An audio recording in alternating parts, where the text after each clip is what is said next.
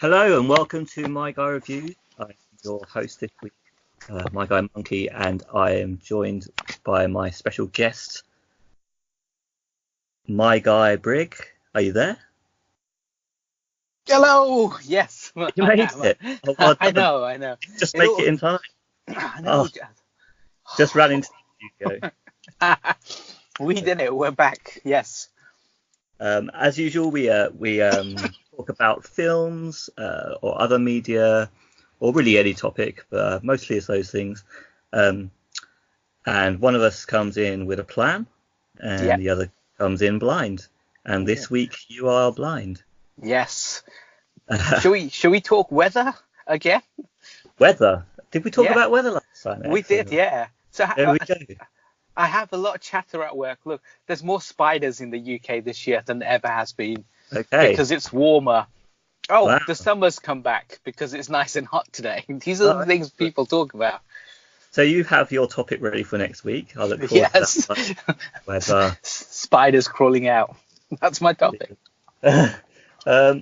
Okay, so my topic this week, you may have guessed it already, and the audience, the listeners, if they've listened to a few, may have guessed it already because I have talked about this before. But here are the clues. I want you to answer when you think you know what it is, but okay. I won't confirm until I've gone through all the clues. Okay, I'm with you. Okay. Because otherwise I won't get to the end of the clues because you. So it's something that is in my interest. Just yourself. No one else in the world. No one else in the world. Well, as well, but less so you. I'm not sure. We'll find out. It's a fantasy setting, including orcs, goblins, skeletons, ghouls. Lord of the Rings. Any idea? Good one. I can't say either way, can I? I forgot. The Hobbit. Okay. Harry Potter. It's an interactive media. So it's a video game. maybe. First in 1982, but still produced now. Oh, so the first game came out in 1982, and now we're on a whatever incarnation. Okay. It has its roots in Dungeons and Dragons and tabletop games. So like turn-based RPGs. Or... it has its roots in there. It's the books were printed in 1982. First one. They were big in the 80s. 18. Not the 80s. Where are the goblins and orcs in that? Oh, yeah, that's a good point. Okay, so we're getting a bit closer now. Any clues? Are there any other ideas? So it's got goblins and orcs. You said no to Harry Potter and Lord of the Rings. Yeah. Twilight. I mean, all of those guys look like goblins and stuff. I did slip in that it's not a video game. It is actually a book and a book series. It's the Assassins. You're getting there. That's it. So what's Creed. The series called? No. Creed. Use dice, and it is a book in which you are the hero. Livingstone wrote the book. Yes, Steve Jackson and Ian Livingstone co-founded these books, and their names are on most of them. Discworld. Discworld. So this week we're talking about fighting fantasy game books. Oh, brilliant. Okay, so do you know what these are and what are they? They are books that were written in a non-linear fashion. So if you literally read it from page to page, you get to a chapter or a certain area, get to the end, and then you'll get a number of choices. Mm-hmm. Some involve you rolling dice, some involve you picking 2 or 3 options, and then the book would branch out, and then you'd have a completely different adventure than if you went another way. And a lot of times it could finish in the middle because that's where you died. Yeah, and then you have to work your way back, or you can make it to the very end depending on how the adventure goes. And it's pick your own adventure, but in book format. Before video games really were what they are today. Yes, very true. Yes, because before video games and before we had even handheld consoles, this was the thing you could carry around with you. You could carry it as a book It was actually a book. It's, you can read it and enjoy the atmosphere as any other book, but also there was a game in there because you could decide what your character would do. And it's also it has some dice rolling that you can do if you want to have some of that tabletop gaming Dungeons and Dragons sort of experience. So I want to talk. Yeah, it was also good because if you were into something and you didn't know anyone else who was into this, Yes. you could actually read the story by yourself and still feel like you're part of that adventure. While with Dungeons and Dragons and kind of other board games, you needed to have other people who are interested in that to come around your house or you go to their house. Yes. So not everyone had access to people. And so this really kind of hit that mark where you have so many people who can read it at their own leisure. And if they have no access to other people who share the same interests, they don't need to worry about that. I mean, I've heard stories of people finding out that, like, people they'd known for years, they never expected to be into the series, had actually read them. And I think that's the case because we read them on our own. We assume no one else reads them, and then we find out, actually 1 in 10 people maybe was reading them, but you didn't even know about it, which is incredible. But you're right, like the solo play, they're solo game books, so you read them and you can play them on your own. It's the tabletop experience boiled down to a book form that you can do on your own. The founders, Steve Jackson and Ian Livingstone, they were also the co-founders of Games Workshop, which some people may have heard of. Wow! So they started that, which they actually started in order to bring. They actually got the contract to distribute Dungeons and Dragons in the UK. So they actually pioneered bringing those tabletop games to England because they were just fans of the things and they loved them. And they actually wrote these books originally to start. They started off commissioned to write a book to explain to people how Dungeons and Dragons and tabletop games were played, and ended up writing a book that was more of an example of one of those things. So, did you ever do any Dungeons and Dragons or tabletop gaming or even Hero Quest? I've done some tabletop. I think I played once. I played in Games Workshop. It just so happens to be. Games Workshop with also the figures, with the little figures. Not normal traditional die. It was kind of the different dice we had. Also, Games Workshop last year had their biggest financial kind of year as well in the UK. It's random. That's incredible. Fact. That's good to know. Now that Steve Jackson and Livingstone got rid of it, they sold it off years ago. But then again, they retired off it. So obviously, I want to talk about the people involved. I want to talk about those two briefly. I want to talk about the series. But I've also picked 2 books to go into as well. Oh, brilliant. And I'll rattle off something about the illustrators as well. One of the things, I played a bit of tabletop when I was younger as well, but that was after I read the book, so I was very much a solo player. You sit around in the tabletop tradition. It's like, it's not a traditional board game, but it is a board game in the sense that you're playing a game, but rather than having a board and all the rules set out, you have what's called a dungeon master or games master who leads you through the adventure, and it makes it a bit more of a conversational gaming and something more for people that are a bit older. It's a bit more interactive than your standard kind of Monopoly or any kind of any other kind of board game of that manner, because in those games you roll your dice, you move and you pick up the thing, and it's just your interaction with nobody. In this, you're kind of given rules and you're kind of told things as you go along, and then you talk to other people and stuff, and you stand together as well. Yeah, it's a team play game, definitely. But as you say, a lot of weird dice in some of those might put some people off. 20-sided dice, 10-sided dice, 100-sided dice, or D100s, D20s. But these books were written for use with the D6, the 6-sided dice, the standard dice you would get in your Monopoly set.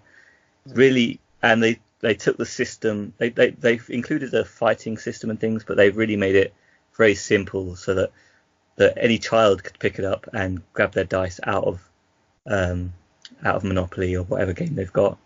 We're not sponsored by Monopoly. Snakes and ladders. Snakes and ladders, exactly. So you had the dice to hand. The books wouldn't come with a die,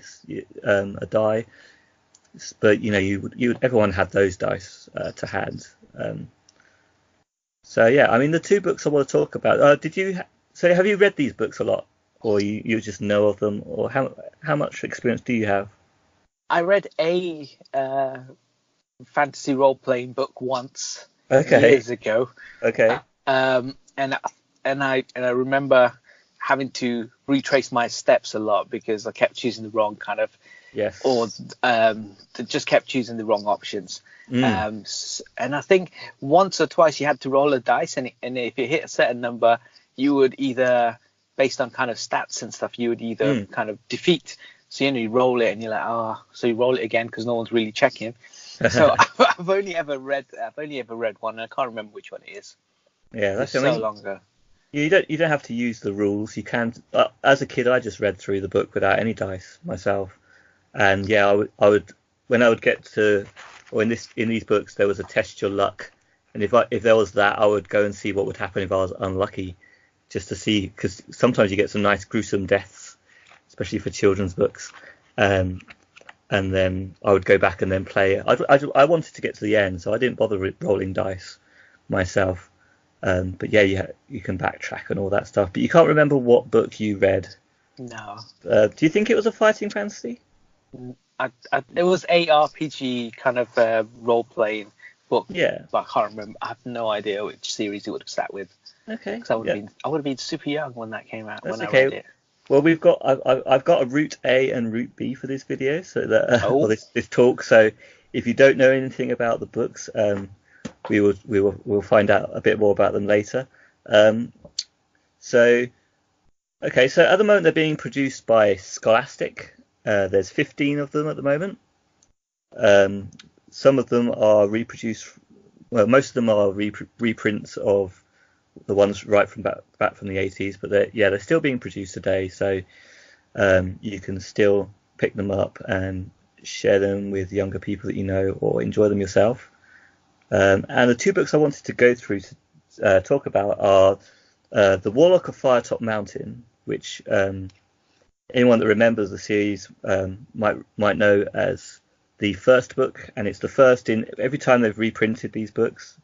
They've started with the Warlock of Firetop Mountain, and that was actually co-wrote by Steve and Ian. It's the only one that's co-written.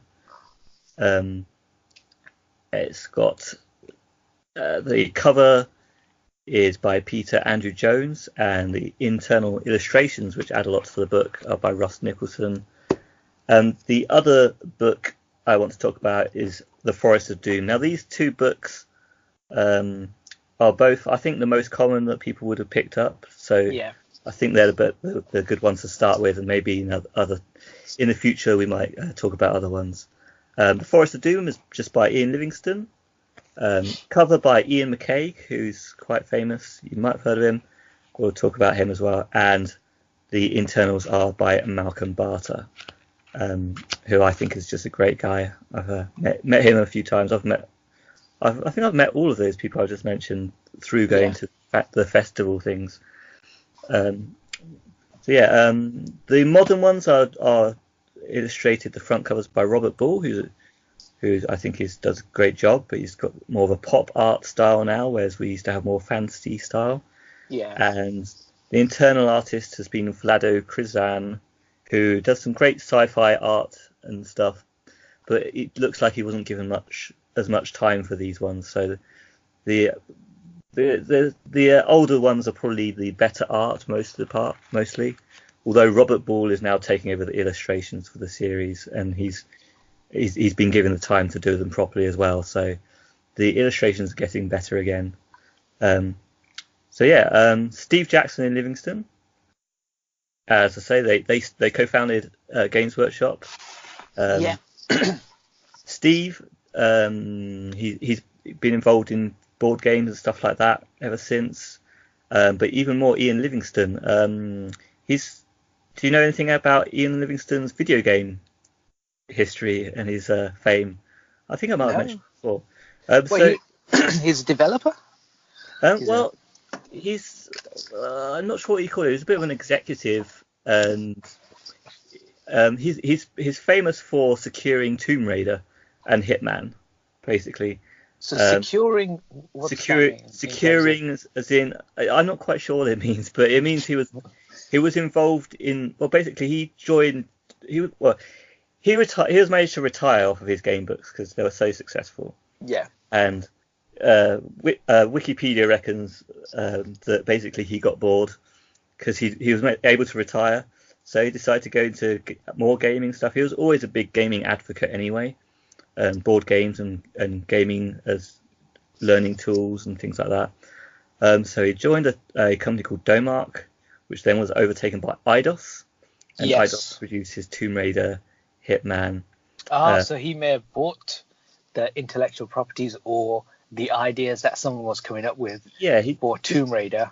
He was definitely big in the creation side. Yeah, I mean he was probably the person that maybe saw the potential and saw the potential in advertising it, because I think Tomb Raider was one of the first video games that really got a big push advertising wise as well. So yeah, and then now that Eidos was taken over by SCI, and then later on Square Enix. And all the way along, he's the only person that actually survived through all of that stuff. So he's obviously got something going on for him, that people want him around, and they think he's a valuable person to keep around. So that's pretty cool.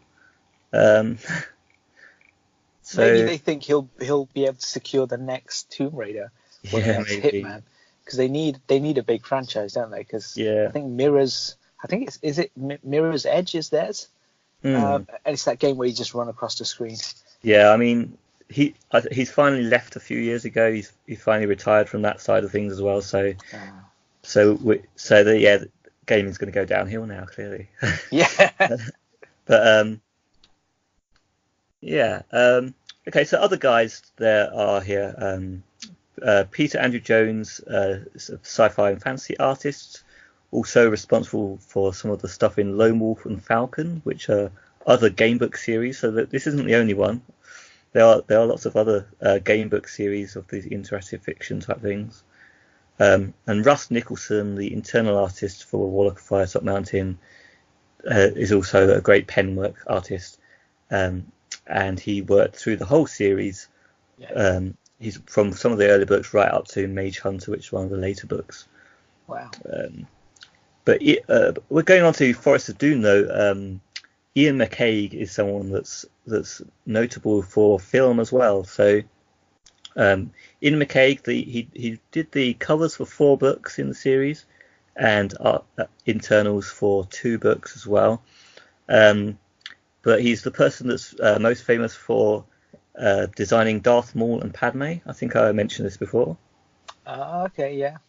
Yeah, and also he's got his list on the design for credits for loads of films. So this includes Terminator 2, Hook. So what did he design in Terminator 2? Like well, T-1000. I haven't got the details, but he is a graphics designer, so he could well have been involved in that stuff. Wow.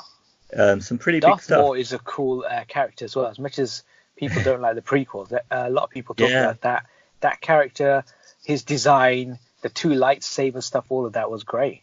Yeah, and they people still get face painted up to this day. With it's still cosplayed a lot. You're right. So it's, it stood the test of time. Even if the whole series is not liked, that whole trilogy, his designs are still around and people still like it.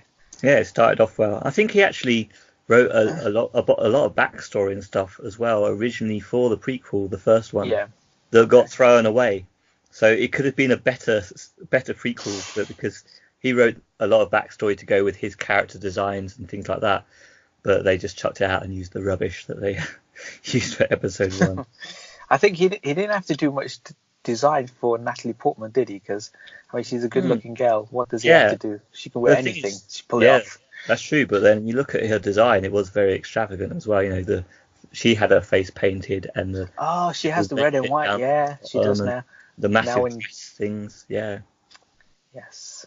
Also, his name is on The Avengers and Wow. Guardians of the Galaxy. So I don't know what he did in those again, but they're great movies. So Yeah, I mean, if you're talking about the CGI and aspect of it, maybe he helped with like the Hulk or the Chitauri, and then in Guardians he could have helped with Rocket Raccoon yeah, or Groot. who There's knows? so much. Yeah, wow, that's I mean, amazing. it's a very stylish film, and yeah, obviously Ian he only ever designed stuff for Ian Livingstone's books. So Yeah, again, Ian is a good entrepreneur, and he knew Ian McCaig was going to be big and good at stuff, so he sort of persuaded him to do things with him, which is pretty cool. And yeah, I mean, and the other one is Malcolm Barter, the internal artist. Apparently he always complains about, well, not complains, but he's never happy with his work in Forest of Doom because he apparently wasn't given much time, a very small time scale to draw the pieces in, but still they're loved by the fans to this day. So I mean, he does very light pen work in here, but he does light pen work in other things. Sometimes he does very, very deep detail and dark, like tattoo almost like things. But he's also great at sort of crafting like he's crafting out of clay out of the page. Like he doesn't have to use a lot of pen work to actually just give you a really vivid idea or spark your imagination for things. So that's why Forest of Doom is probably one of my favourite books, because it takes place in a forest and there's just the writing, Ian's writing, and the combination of the illustrations as well just make you feel like you're walking through the forest, which I love. So is that the first in the series? What's the first one? Okay, so the first one, let's talk about these two books then. The first one is Warlock of Firetop Mountain. Okay, so that's the first they did in the whole series. Very first one, and this one is a traditional dungeon crawl. Yeah. The way they did it is that Ian Livingstone wrote the first half of the book, and then there was a river you come up to during the book, and then Steve wrote the second half, and then they put them together and sort of. Clever. That's a good idea. Yeah, it is, and they used slightly systems, but they fixed it to match up. Yeah, I was going to say, how would they know what one person's already done or covered? Yeah, I mean, they must have done some work together afterwards, or they probably did some pre-planning and then some fixing as well. Storyboarded, yeah. You do need to collect keys in this book to actually finish it, which means you have to have all those keys planted as well back in the right in places for people to find them and to actually finish the book successfully. Because if you get to the end of this book and you don't have the right keys, you can't actually get to the treasure and have the complete happy ending. Yeah. Okay, and the other one, Forest of Doom, is actually the third book in the original series. It's the fourth book in the current prints, and it's the eighth book in the Wizard series, which is about 20 odd years ago. So it comes to different places in the series. I mentioned what number because all the books are numbered in most of the series. So the fact that they keep changing number every time they change publisher can be a bit irritating. Yeah. So yeah, Forest of Doom was the third book, and this one is set in a forest, obviously, woodland. And yes, this time you're searching for two parts of a missing hammer for the dwarves of Stonebridge who have lost their magical hammer. I think it dictates. I think it's a token of power, ownership of the area or something like that. So it's quite important to them because there's some evil dwarfs that are trying to encroach on them. And without that hammer, their livelihoods and lives are under threat. So you're out to find the hammer and save them. In the first book, you're just out for glory and treasure. There might be some element of threat from the Warlock in the Firetop Mountain that you're saving the local town from, but I think it's mostly for glory. Yeah. So how big are these books in terms of pages, you think? Yeah. 500, 300? Good question. I mean, all of these fighting fantasy books are 400 paragraphs long, and there's about maybe 5-6 on each double-sided page. They spread out on one page. The idea, as you say before, is that you get to the end of one paragraph, you start at the background and move on to paragraph 1, and then at the end of that paragraph, you might have a decision to make. You might just get moved to a next paragraph, but more often than not, you'll have a decision to make.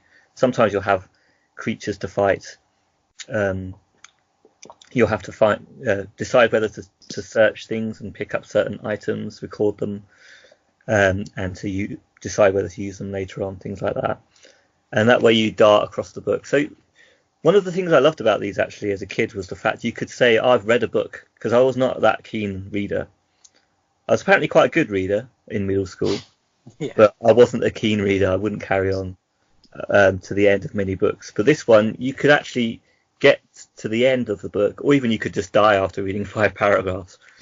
But like, you could read all the way to the end, and you've actually only read maybe a quarter of the book, because you will choose paths, and paths that you didn't choose you wouldn't read. So yes, that's right. That's the things that made the I think that's one of the things that made them appealing to children, as well as the fact that they're also a game for reading, which is why they're touted as encouraging readers, encouraging youngsters to read. So yeah, 400 paragraphs. What do you think of these two books so far then, having no idea other than what I've said, or shall I talk about them a bit more? I really, from kind of your description of both, I'm really interested in the first one, because you've got a split between two writers. So it'd be interesting to read that and then kind of get to the river, and then you'd continue with someone else. So maybe, is it quite interesting to see how one person describes the whole area, the locations, the things you've got to collect, compared to another person who's now maybe, the adventure steps up, and maybe the pacing's changed as well. So it'd be quite interesting to read that one. And I like these kind of books, because if you tell a child you started on page 1, now skip to page 10, and now skip to page 20, they're like, oh, I've read 20 pages. Yes. It's a sense of achievement. Yes, definitely. Yeah. And also it's great for people that love numbers, or even kids that are sort of learning numbers as well, and sort of the order of things, like because you have to keep flicking backwards and forwards. You get a good idea for what number is bigger than another. So you've got to get to 312. You soon get the idea that, that's further later in the book, and I think it helps you with that as well. So you like the idea of the first book. Okay, so without going too much into it, let's move on to the second part of the review. I think this, at the moment I'm going to give these definitely read, a 4-star review. Both of these books are worth reading, worth starting the series on, I think, and worth giving a try. I prefer the older ones because of the better art. But the fact that you can pick them up still produced today off the internet as well, or even Scholastic is another children's author as well, so they go to all schools, the old book clubs. You used to remember those, so they do book clubs. So your child can order it off of their local school book club and get hold of the books as well. Okay, so part 2 of this, I'll still give you the choice. I was going to talk a bit more about the actual books, but let's move on to part 2, because you don't really have much of an idea. So yeah, let's go straight onto that. I thought we could actually have a play. Oh, brilliant! Now you don't have dice, I assume, because I don't have dice. You've come in blind, so I've got some dice here. I guess the first choice we can say is, do you want to use the dice, and should we go through properly? Yes. Speedily. Yes, excellent. Okay. And the second choice as well is, I think you've already made the decision, which is, which book would you like to read? Book number 1. Book number 1. Okay, so the fact that Forest of Doom sort of jumps around in the series, as they reproduce them, they got a different number, but they always produce for the Warlock of Firetop Mountain first, because for one thing, I think the fact that Steve and Ian did it together and they started it first means they're just old pals, and they founded it. They want to show off the one they did together first, and It shows their friendship, really, I think. Okay, so first of all, we need to talk about the system. Then I forgot about that. Yes. So the game system, there's a game system in this book. It's very simple. You won't remember because you only read one book. It might not have been the same thing. You have some player stats, which are skill, stamina, and luck. Okay. Yeah. Okay. Not ringing a bell yet. That the luck definitely is. I can't remember the other. I don't know if the others do. It could well be. Okay, so in these books, you start off with a bare minimum of equipment. It says, okay, a sword, a leather armor, a backpack that contains 10 provisions, which can restore your stamina by 4 points, and a potion of your choice at 3. And I'll give you the choice in a moment. And Immortality, I'll take. I guess that would be strength. They basically restore the 3 stats, one of the 3 stats. So yeah. Okay, so skill is a measure of your fighting skill mostly, and is used for combat. Stamina is basically your health bar, and luck is well, you heard the term your luck running out. Well, that's what luck is like, right? Because every time you use luck in the book, you have to reduce it by 1. So your luck goes down and down and down. So you want to use luck sparingly and get lucky. Okay, so first thing we'll have to do then is roll up our stats. So our skill we work out by rolling 1 dice and adding 6. So I guess I'll do that for you. Yes. Okay. So I rolled a 6. And I had 6. You know what? I'll give you that one. Did you say 2 dice or just the 1 die? Just the 1 dice. So. So close to getting 12. I got 11. Okay, well we'll take the other dice, the 5 then. We'll call that your skill, so you're not cheating so much. So I'm not cheating. So you got skill 11. And that's a good roll. And as a reader of the books, these stats would actually just give me an idea of how powerful I was, because I wouldn't roll the dice. Your stamina is 12 plus 2d6, so I'm going to roll for you this time. Okay. See what you get. Oh, another choice actually. What's better sounding on the audio? Is it this or this? I think that both sound good. Yeah, not going to be too disturbing to listeners. I think that the latter one sounds better though. The tinkle tinkle, yeah. Tinkle tinkle, yeah, in there. That's quite a good one. So these are my own little dice shakers I made myself. So this one's made out of a mini jam jar. Oh wow, you got double 6 on that one. Wow. Oh, smashed it. I knew it. I could feel lucky. You're always lucky.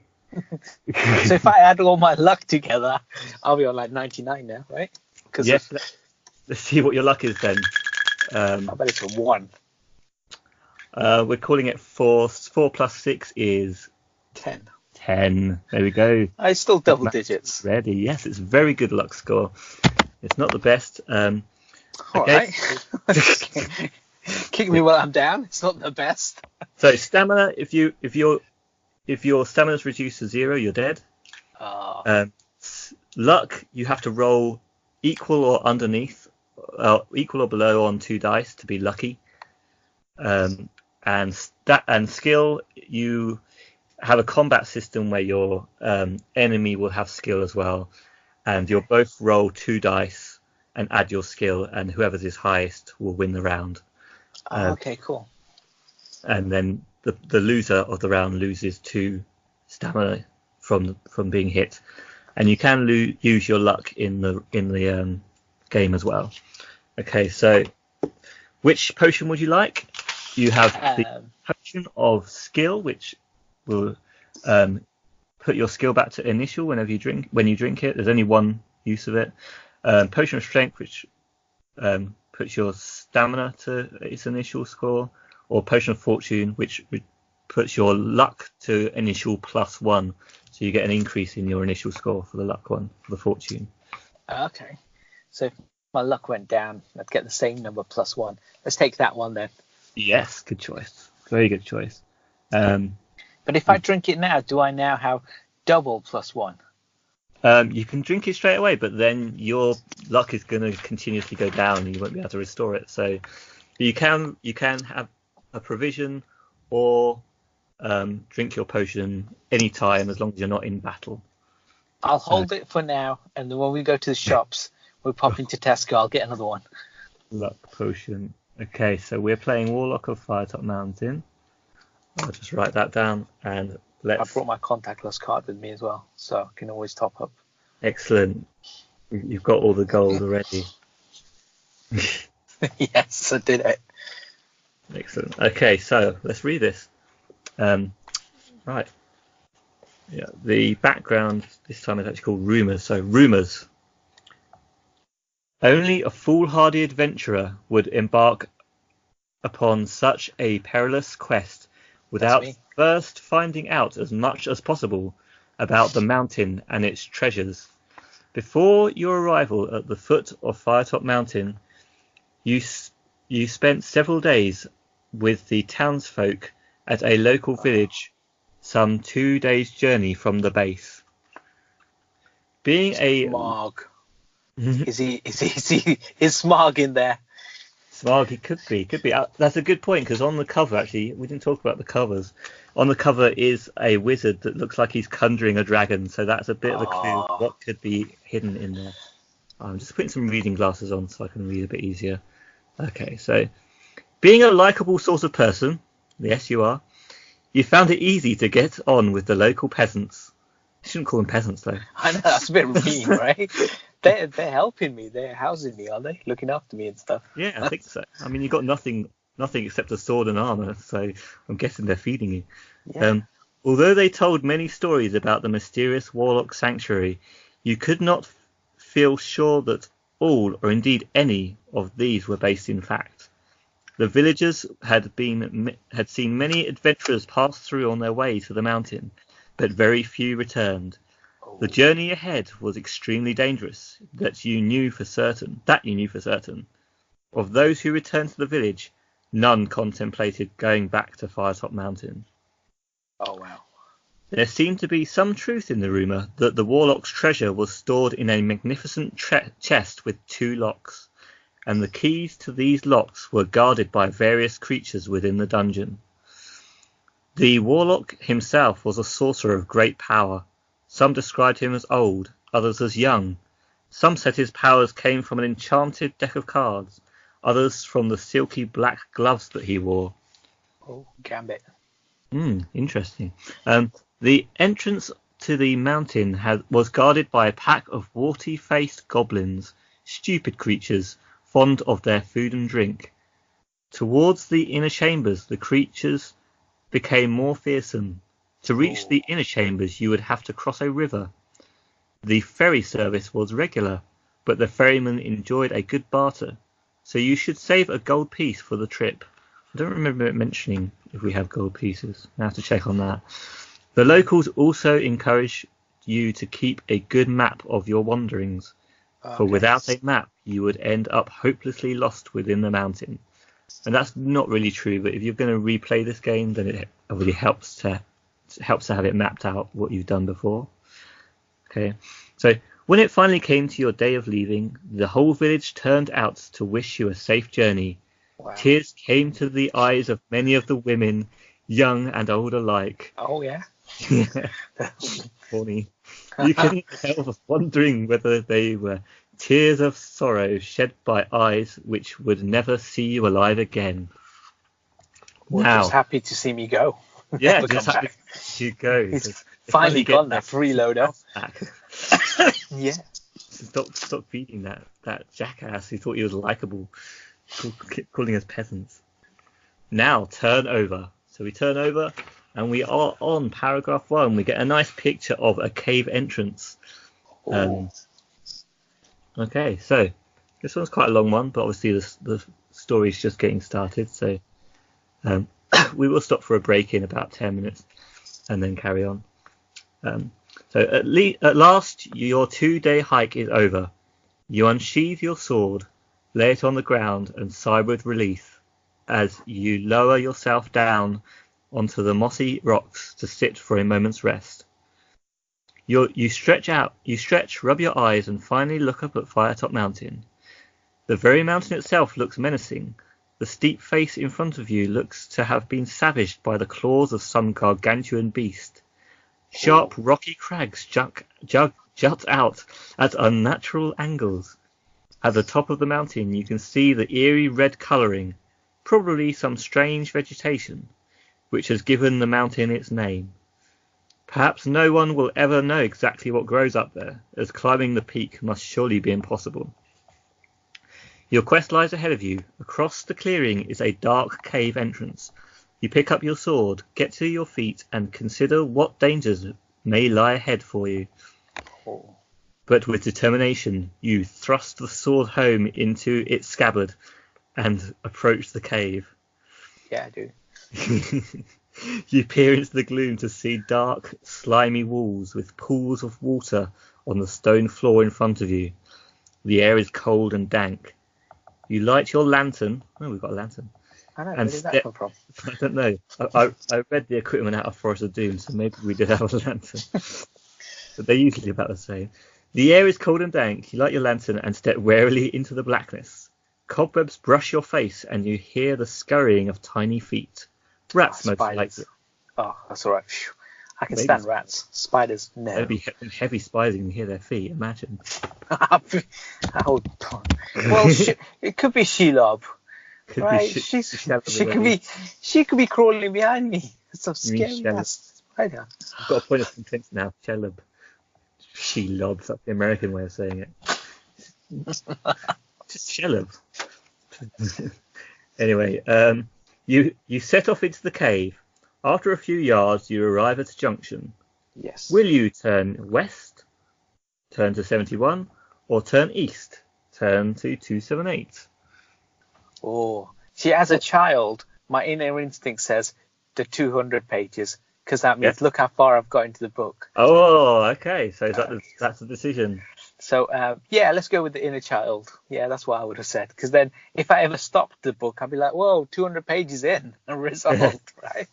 My theory with Ian Livingstone's books was that you should always go either left or east, which is always opposite ways depending on how it's worded. So I would have gone east as well. So we're going east on 278. 278. Of course, it takes time to get to the paragraph. The passageway soon comes to an end at a locked wooden door. You listen at the door but hear nothing. Will you try to charge the door down? If so, turn to 156. If you would rather turn around and go back to the junction, turn to 92. Oh. Let's take the door down. Let's smash it in. You're taking the door down. Okay, yeah, 156. You know, we've committed to this path now. There's no point going all the way back. Yeah, but then again, there was also, a chance to go back. So maybe that was an opportunity we should take. No, it's too late now. Let's see. We've made a choice. We have to. We're committed to this path. You charge the door with your shoulder. Roll 2 dice. If the number rolled is less than or equal to your skill score, you succeed. If the number rolled is greater than your skill, you rub your bruised shoulder and decide against trying again.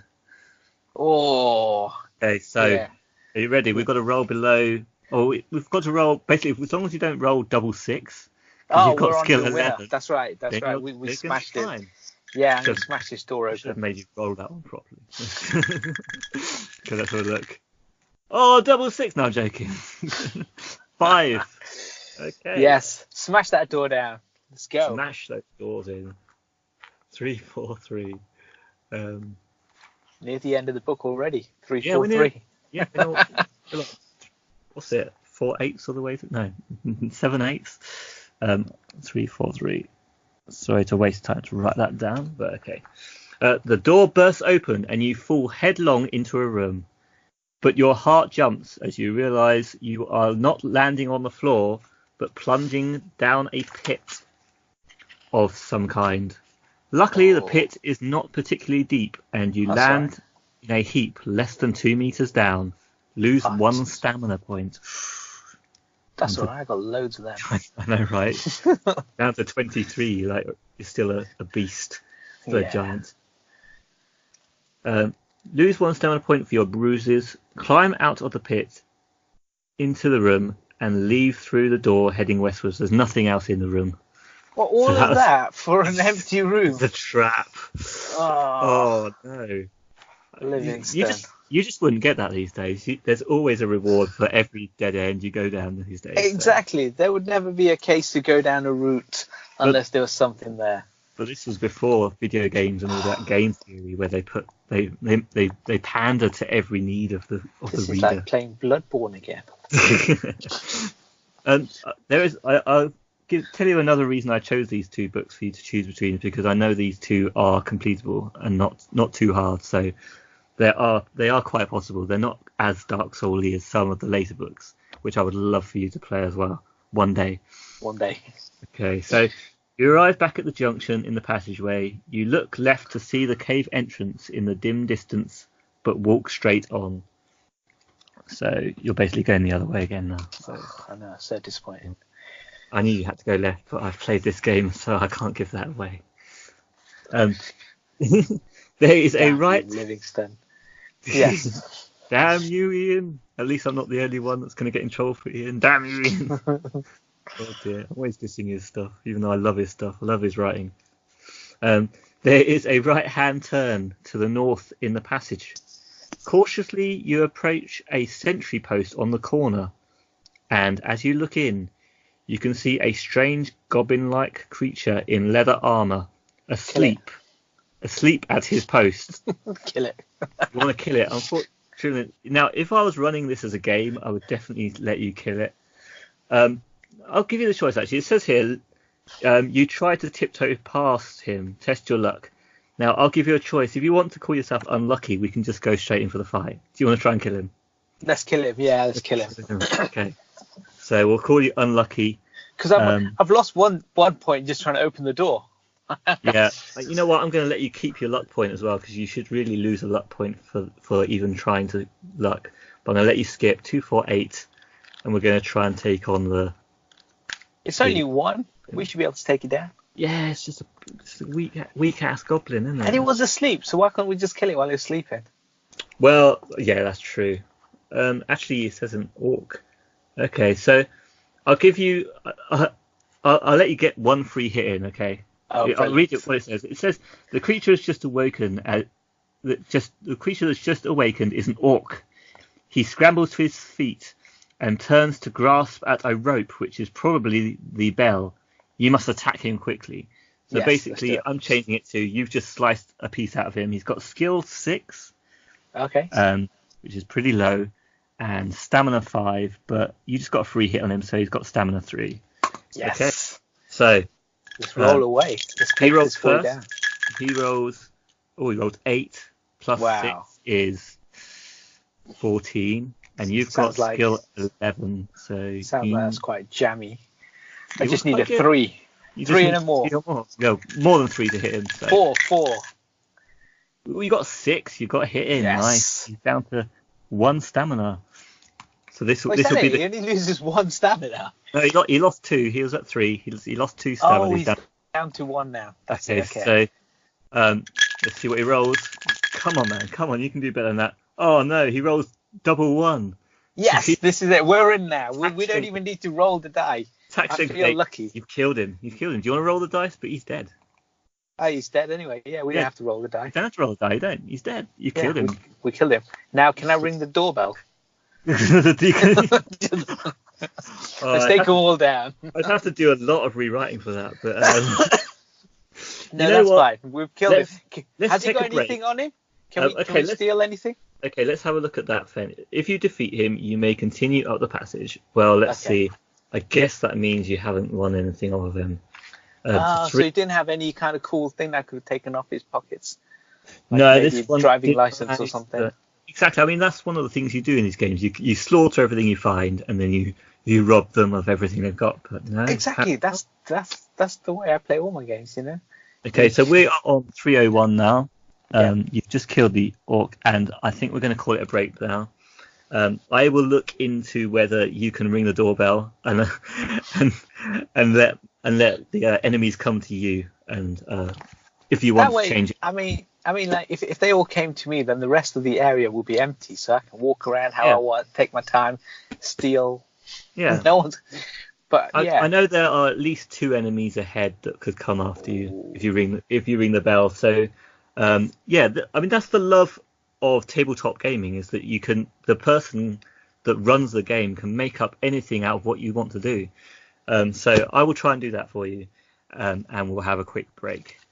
Oh, brilliant! Back in. Welcome back. Yes, I'm back. Okay, from our short break, I did just check in the book, and we do actually have a lantern in. You do have a lantern in Warlock of Firetop Mountain, but you don't have it in Forest of Doom.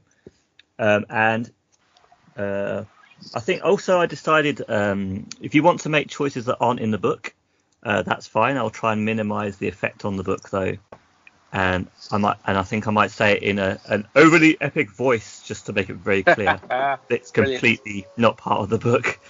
Okay, so you've just killed an orc. Yes, I did. I stole his money before he could ring the bell. That he didn't have any money. You tried to rob him. That's so close. Did I at least get his sword? No, you have a sword of your own. It's better than his. So. Oh, okay. Yeah, leave his on the floor. Yeah, rubbish. Okay. So do you still want to pull on the bell and try to alert, which isn't in the book? No, let's continue in the book. Let's go normal route. We'll divert at some point, but not yet. That's fine. Okay. Because I might die. Okay. So now you've continued up the passage north. Okay. So to your left, on the west face of the passage, there is a rough-cut wooden door. You listen at the door and can hear a rasping sound, which may be some sort of creature snoring. Do you want to open the door? If so, turn to 82. If you wish to press on northwards, turn to 208. So the last time we opened the door, we got nothing. We got nothing out of it, but we lost some stamina. This one doesn't say it's locked yet. I'm feeling lucky this time. Okay. I think there's a monster inside with lots of loot. Let's go. Let's knock the door down. No, do it slowly and quietly so we can kill this thing while it's sleeping. Well, we'll see what the options give then. 82. Okay. I don't want to bash the door down in case it's stronger than me.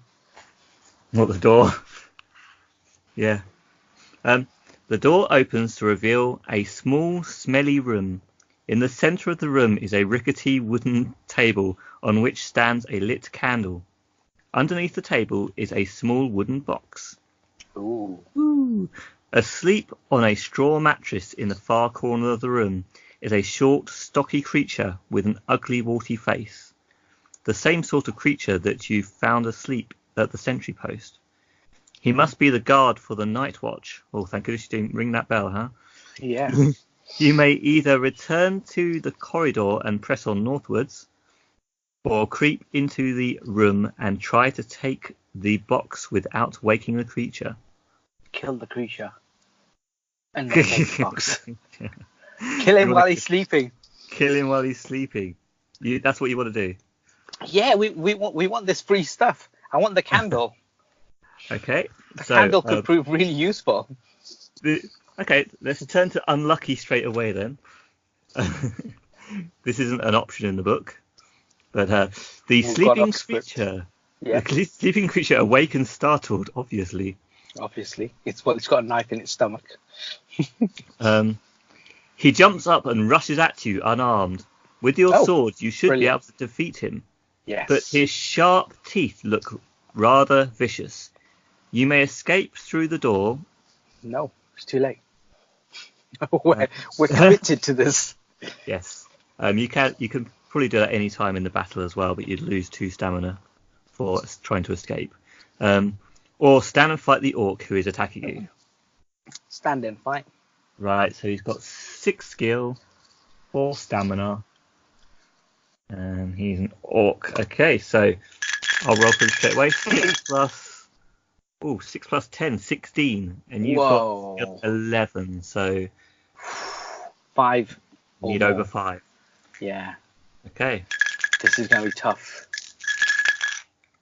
6, you did it. Yes! Yes. He's down to 2 Done stamina. it. He attacks again. Well, you attack He's at got the a same second attack. I forget. time. You can play it in a faster way. There are tricks to make it shorter, but this is the normal way. So he rolled a 6. 6 plus 6 is 12. You've killed him. You can't come back from that. You've got skill 11. We've done skill it. 11 plus minimum of 2. You killed him.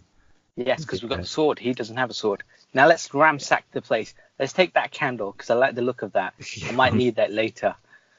Let's see if you can take the candle. If not, I'll give you the candle. That's fine. Let's open that box as well, right? We can open the box. First of all, you take the candle and stick it in your pocket. That's right. But it was a light still, so you've just burnt yourself. Ah, you got me. I thought I'd get to blow it out first, but sure. Yeah, you're a bit stupid on that, so you lose a lot. Oh, I didn't specify, did I? I just said grab the candle. I'm letting you lose a lot because you should have lost some earlier on, so that's why I'm balancing that out. Let's take this box now. What's in the box? Hold on, I didn't say what page to go to, did I? No. 82, 33. This is what happens when you forget to keep track of where you were. 33, 147. Okay, get back to it. 147. Yes. Oh, you leave the room. And open the box in the passage. Phew. Oh, not in the room. Yeah. Okay. Inside you find a single piece of gold and a small mouse, which must have been the creature's pet. Ah. You keep the coin and release the mouse, which scurries off down the passageway.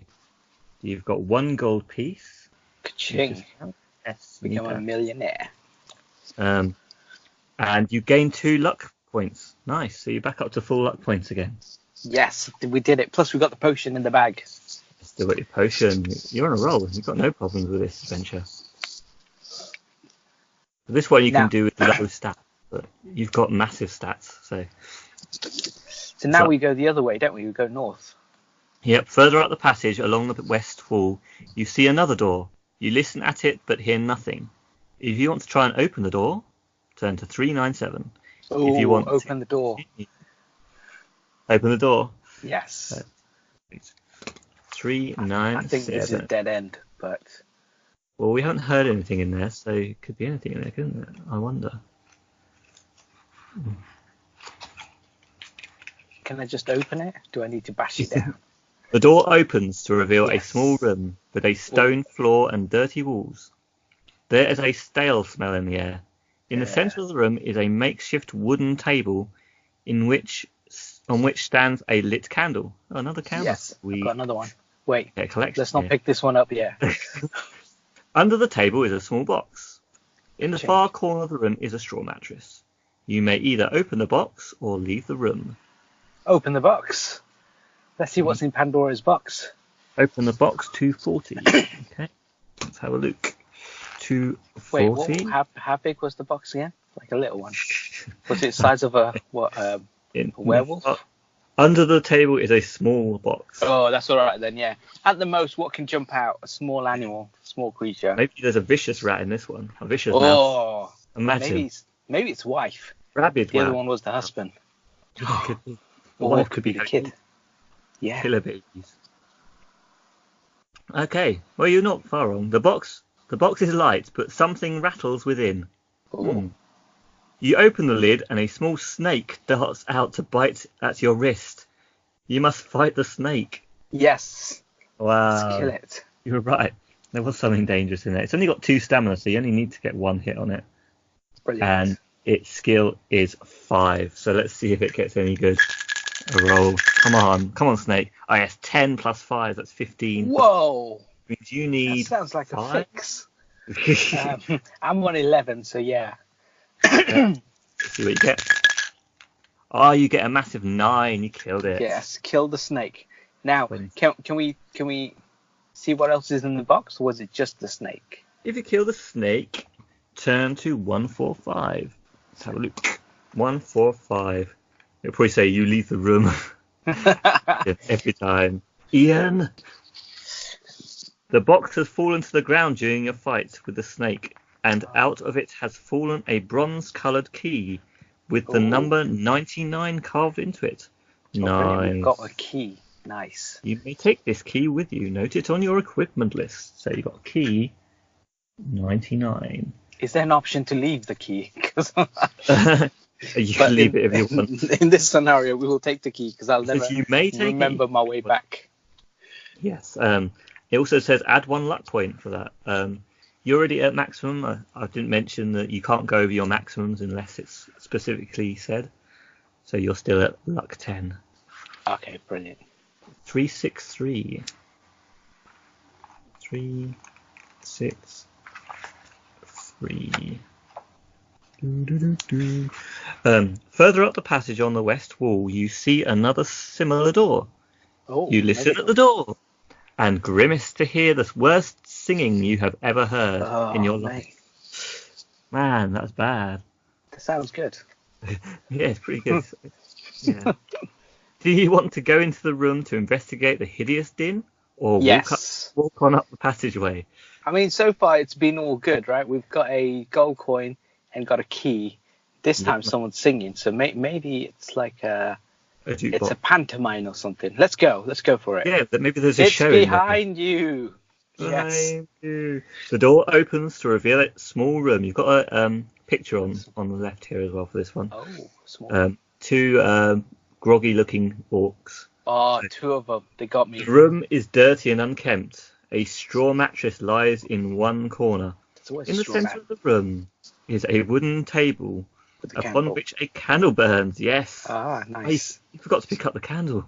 I know, we're 1 candle short now. Lighting the room with its flickering flame. Okay, then maybe the others weren't alight. Okay. A small box rests under the table. Seated around the table are 2 small creatures with warty skin, dressed in leather armour. They are drinking some sort of grog, and by the way they stagger to their feet on your arrival, you assume they are very drunk. Yes. You may either draw your sword and leap forward at them, or slam the door quickly and run on up the passage. No slamming doors. Let's get into this. Of course. I want that box. And this time I okay. want a candle, but I want you to blow out the candle first. The last one caught a light. Cool specifics. 116. The 2 drunken orcs you now face are obviously startled at your entrance, and as quickly as they are able, they fumble around for the weapons. Yeah. You must attack each one in turn. Their drunkenness allows you to add 1 point to your dice roll when rolling to work out your attack strength during each round. Okay, so they both got skill 5. One's got stamina 4 and one's got stamina 5. So 5. Again, these are pretty easy, especially for you with 11 skill. So orcs. Okay, 5 plus 4 is 9. You've just sliced the first one open. Brilliant. Want to roll? Take out the next one. 7 plus 5 is 12. 13. Something like that. 12. Is it? He's dead. You've killed the first one without even having to roll. You just sliced them apart. Come on, man. You can do better. He's drunk anyway. 7 again. So this one takes a hit. He's gone from 5 to 3. Ooh. Again. Oh, double 6. Nice. Oh, he rolled a double 6. Yeah. Sounds 12. like a fix to me. Well, that's never a fix with me. I never cheat. 17. You've got. What do you need to get there? You need 6. Yeah. Or 6 you get to add draw. 1. So I need 5. So I need 6. Yeah, 6 or more. You only need really 4. I think. Let's see how it goes. Yeah, you slaughtered him, man. Yes. You've got 1 more stamina to take off of him. Let's see his pathetic attack now. Yeah, he's dead. Yes, we did it. So now that they're both dead, can I take their armor? Because I don't think I've got any armor, have I? You could have escaped, but I forgot to read that bit. Okay. If you win the battle, 3, 7, 8. Let's have a look what they've got. 3, 7, 8. You're already wearing leather armor, so. Oh, okay. You're already doing okay. Then I don't need their armor. You wipe your bloodied sword on the mattress. Nice. Yes. The green blood leaves a slimy stain on the straw. Stepping over the bodies towards the table, you flinch at the foul stench of the creatures. You pick up the box from under the table and examine it. It is a small wooden box with crude hinges. Okay. The name Farigo de Maggio is inscribed on a brass plate on its lid. If you wish to open the box, turn to 296. If you decide to leave it behind and leave the room, turn to 42. Nah, let's open the box. I don't understand why you'd leave it behind after all of this hard work. 296. We might need to note down that name that was on it. 296. Okay, this is quite a long one. Okay. The box contains a small leather-bound book entitled The Making and Casting of Dragonfire. Oh, brilliant. Spell book. Got a book. You've got a spell. Yeah, okay. 2. I'll just write down the number so we can get to it. Again, if we ever miss it. You open the pages and begin to read. Fortunately, it is written in your own language, and so was probably not understood by the orcs. Otherwise, this treasure would certainly not be as loosely guarded as it was. The book is written in tiny handwriting by Farigo de Maggio. In it, he tells the story of his life's work, the creation of the dragonfire spell with which to fight evil dragons. You read how, in his last years, Farigo finally perfected his spell, but by then was too old to make use of it. So he completed his book, locked it in a chest, and hid it in the depths of Firetop Mountain, afraid that it might fall into the wrong hands. The last page... It's with me now. Yeah, the last page reads... And there's a whole page here. And so you who hold this book, you have my life's work. Pretty much what you just said. Remember, only the dragon breathes its fire at you should you raise your arms and say. So if he brings his fire, then you should say this stuff. Kill Erif, Ekam Erif, Erif DiMaggio. So that's quite important stuff to note, I think. Yes. Let's pop that down. Yeah, I'll write that. I'll just write down the reference number so we can look it up, rather than write down the whole lot. Okay, you say these words slowly and softly.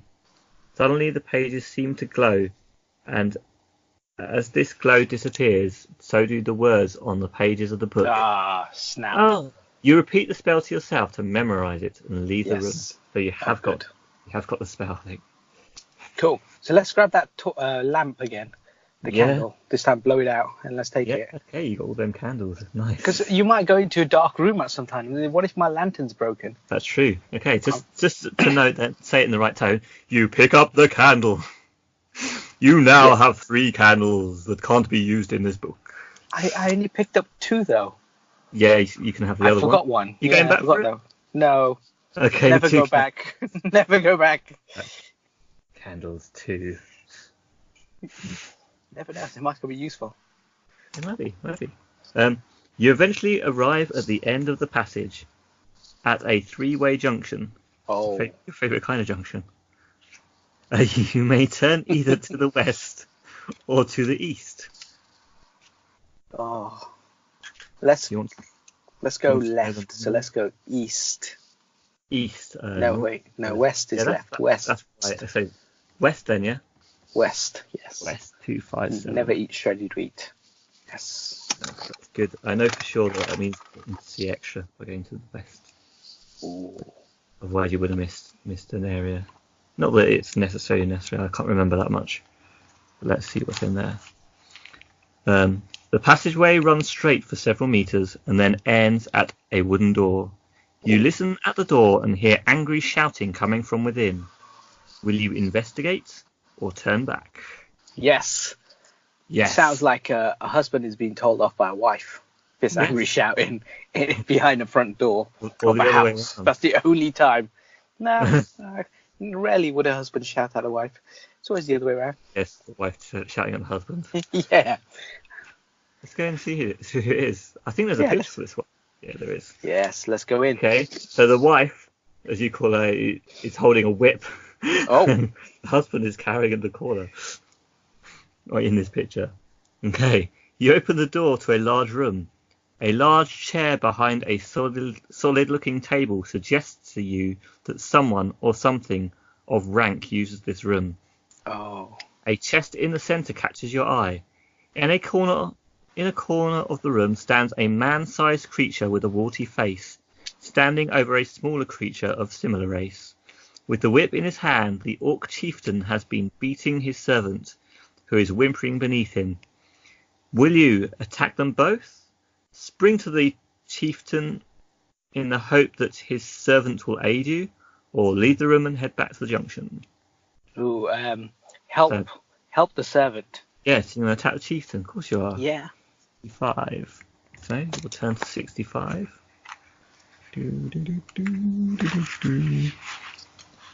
As you spring at the chieftain, his servant raises to his feet, picks up a hefty wooden stick, and joins the melee. But to your disappointment, he attacks you. Ah, damn it. Wretch. Oh, kill him Seeing all. this, you may escape through the door down the corridor, or continue the fight. Well, I've got to kill him now. I mean, he woke up and stabbed me when I was trying to help him. Yeah. So let's kill the chief first and then kill him. Yeah, basket. Okay, so 3, 7, 2. Can't believe he betrayed me like that. No. All I wanted to do is steal from him. You brony. Yeah, I'm the good guy. All I want is your gold. The battle commences. That's what it is. Okay. Orc chieftain. He's got a whip. I guess you have to do it one at a time because it doesn't say any other way. So he has skill 7, a little bit higher. Wow. Not quite up to your standard, but Still getting there. Yeah. Props to the guy. Okay, so 7 plus 7, 14. Ooh, 14. You've got skill 11 you need. What do you need? 3 to draw, 4 to win. Draw, win. Let's see. You get 8. Yes. Take a big hit. He's down to 4 stamina. Let's steal his whip. 7 plus 8 is 15. Oh, 15. That's a big number. But you got 10, so you dealt him another 21. Damage. Big hit, yeah. So you got one more hit.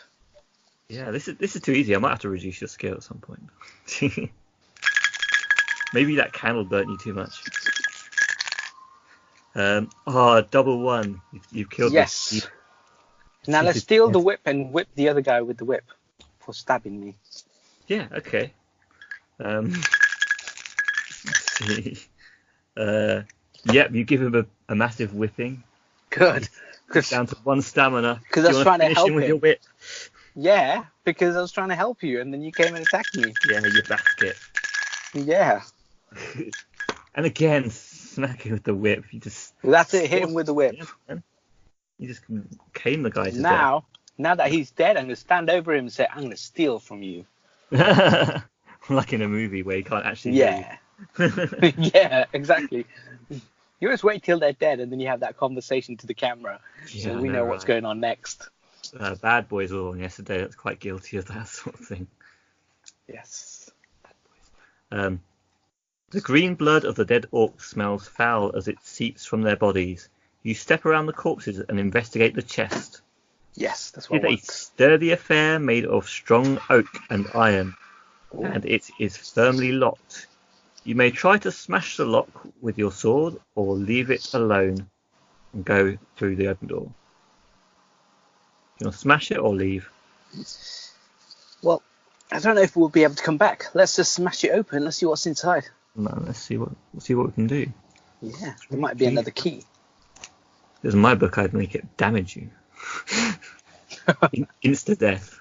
We haven't had any instant kills. Well, if it's Dark Souls, you have 2 choices. When you go to certain chests, when you go to open them, they can be a mimic, and then they just come and run at you and attack you. So when I played Bloodborne the first time, I would open a chest and I'd roll back always instinctively, thinking that's going to turn into a mimic and try and kill me. get them in a few different games. Okay, so the lock was obviously inadequate. It flies off and lands on the floor several meters away. Wow, You lift, that far. you lift up the heavy lid, and your eyes widen as you see the gold sheen coming from within. Yes. A fair number of gold pieces are inside. In one corner lies a small black bottle with a tight glass stopper containing a liquid of some kind. Also in the chest is a silky black glove. But as you are admiring this treasure, you hear a soft click and wince in pain as a small dart shoots forward into your stomach. Roll one die and subtract this number of points from your stamina to determine the effect of the poison. Nasty. Let's see what you get. 5. You just lost 5 stamina from that. What? Where did that come from? Down to 18 stamina. That's pretty average stamina. That's That's a unbelievable. bit of a hit, isn't it? That's huge. Who shot this? Let's see if Let's investigate. Let's kill this person. Get my whip out. Throw a candle at his face. It was the chest. Oh, it was the chest that did it. Yeah, it was the chest.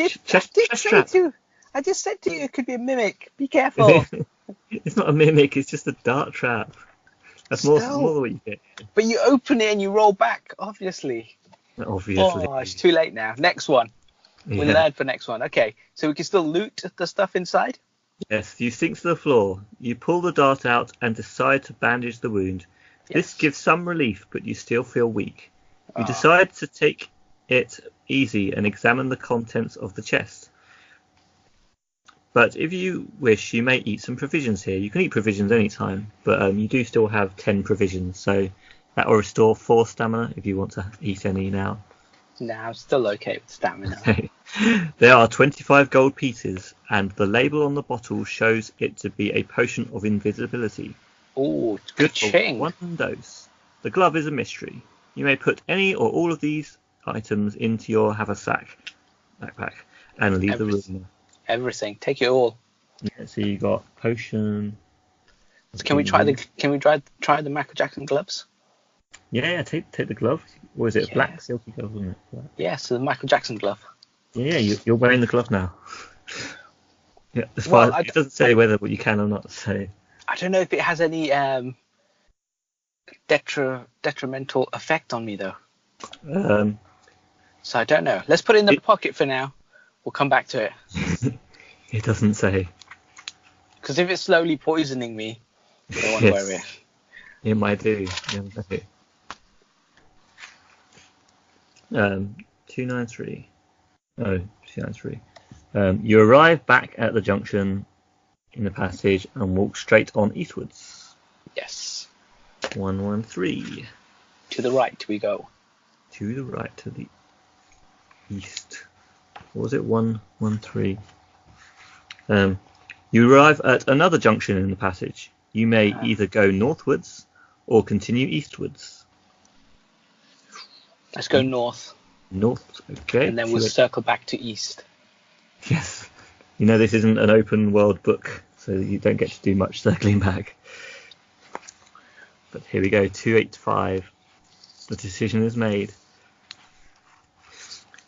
You see a well-used door on the right-hand east side of the passage. With your ear to the keyhole, you listen and hear a man screaming for help from inside. Will you open the door or walk on? Yes, open door and kill the man. Kill the man. Because after what happened last time, we cannot trust anyone. Yeah, you help a brother out and all he does is tries to stab you. 213, okay. The door is locked. You may try to charge it down by rolling 2 dice. Okay. If the number is rolled is equal to or less than your skill. If the number is greater than, the door remains locked and you lose 1 stamina point and you carry on. So you get 1 try, and you're very likely to do it. Let's do it. Let's knock that door open. See what's behind the door. Yep, you do. You got a 5, so it's way below 11. 3, 1, 4.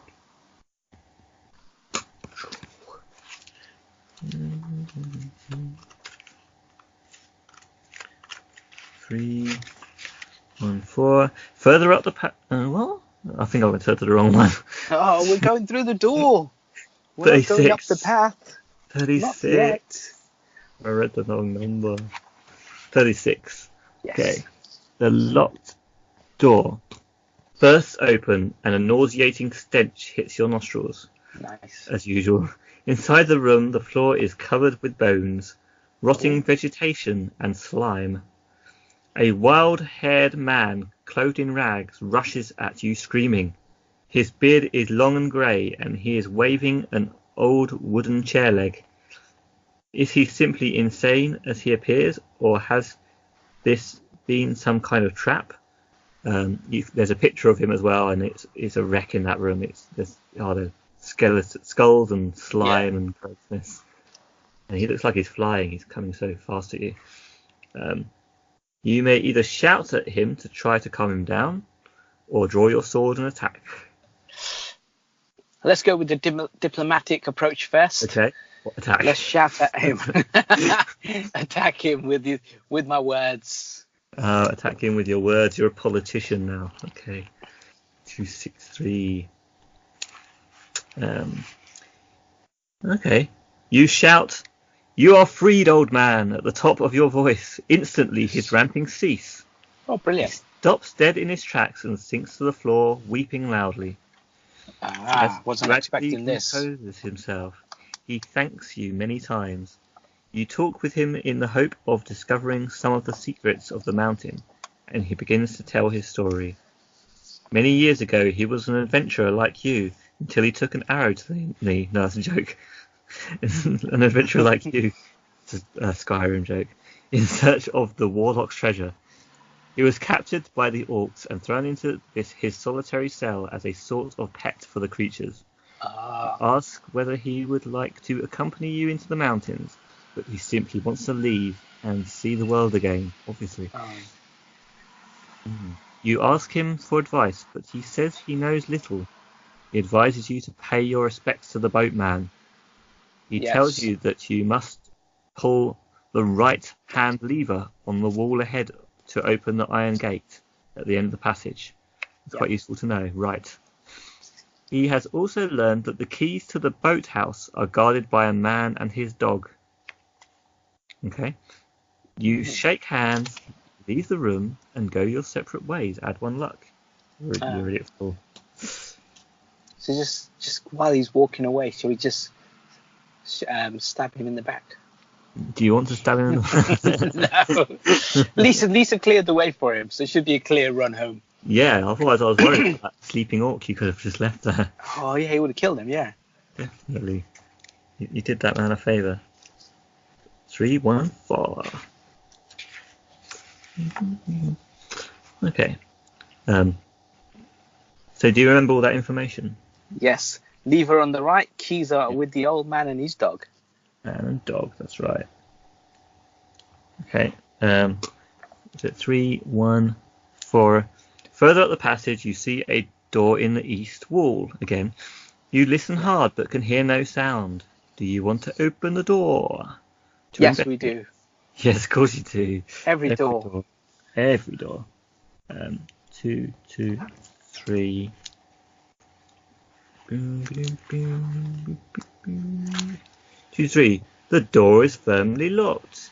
You may try to force it open, or you may continue. Try to force it open. 53. Let's smash it open. 53.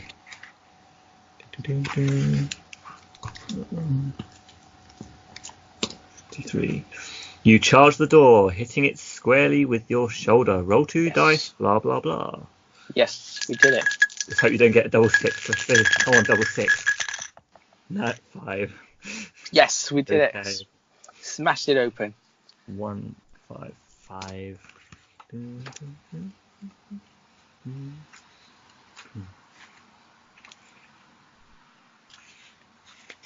5, 5. Ooh. There's a picture, and it looks like an equipment room. Oh, brilliant. The door splits along its length, and you can wrench the timbers apart to let yourself in. Yes. A torch hangs from one wall, lighting up a small armory room stocked with swords, shields, helmets, daggers, breastplate, and the like. You examine the weaponry and find nothing appearing superior to your own sword. However, a circular iron shield with a golden crescent at its centre catches your eye. Oh, nice. You pick it up and feel its weight in your arms. If you wish to take this shield, it will aid you in battle by helping to fend off wound damage inflicted by a creature on you. If in future, during a battle in which you are using this shield, a creature wounds you, you may throw 1 die. If you roll a 6, the creature inflicts only 1 point of damage instead of the normal 2. If for some reason the creature would normally only inflict 1 point of damage, then a successful roll of 6 would mean that no damage is done. However, the shield is heavy, and you will have to leave behind 1 item of equipment. Wow. So do you want to take it? But what items do I have still? Well, you have lots of candles. Yes, let's drop a candle. Let's pick up the shield. I think within the spirit of the game, you'd have to drop either the black glove, the invisibility potion, the dragon fire spell, or the key. Oh, is that all we can carry? That's all you've got at the moment. Can you take the place of some food? So if I eat a sandwich, is it part of the 10 provisions, or is that something separate? Some people argue that could be possible. So, yeah, okay. Which item would you have left though, if you could, if you had to? I guess because I don't know what the glove does just yet. Well, we've read the book, so we could put the book down because it disappeared. So the book has no information now left in it. It disappeared. I don't think you have the glove the book anymore. I think it's do you know? Okay. Not really counted as equipment. So one of those 4 things. I guess if we had to put one down, it'd have to be the glove because I don't know what it does yet. Okay, I'm gonna. But I would like to keep the glove. You would like to and leave the shield. I'll let you leave behind the provision. Anyway, you can take the shield if you want the shield. Or do you think? Or would you rather drop the shield? Leave the shield. I'll keep the gloves. Leave the shield. Okay, so that was the crescent thing. You didn't pick that up. Because the gloves seem quite stylish. Exactly. You haven't put the glove on yet, so. No. Turn to 300. On the east wall of the passage, you see another door. This time made of solid metal. Oh. Listening at the door, you hear the sound of tortured screams coming from within. If you wish to open the door, turn to 1 Yes. I mean, so far the door opening has proven fruitful. Yes, -1. Apart from that one first time. Yep. 102, okay. The door is not locked and opens. Yes. The room in front of you seems to be a small torture chamber with various torture devices around the walls. In the centre of the room, 2 small hunchbacked creatures are having their fiendish way with a dwarf, who is tied to a hook in the ceiling by his wrist. Like 50 Shades of Grey. Yeah, having their way with him. The 2 hunchbacks are poking and cutting him viciously with their swords. Maybe he's Gimli, son of Groin. Could be a tie. They're playing with his groin. Playing with the son of Groin. The dwarf lets out a final scream and falls silent. They've killed him. Oh, he's dead. Oh, His captors make disappointed noises and look around angrily at you, as if it were your fault that the dwarf has collapsed. You must act quickly. Kill him. You close the door, draw your sword and fight.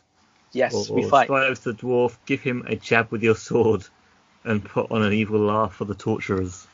No, never. Kill the 2. Poor dwarf, man. He's a short little thing. Kill the 2. Okay. I need to make sure I write down these numbers. 2, 19. Oh wow, 19. Paragraph 19. You've gone quite far back now. You're going to need to read more. These 2 evil creatures are goblins. They attack you one at a time. They've both got skill 5, and they've got stamina 5, stamina 6. They're actually a bit more powerful than the orcs, which I'm surprised at. 5, 6. goblins. Okay. Let's see what they get. Oh, the first one gets 10. Plus 5 is 15. That's big. It's big. So you need 5 to hit. And you get 12. Yes. Double Smashed stick. him in his face.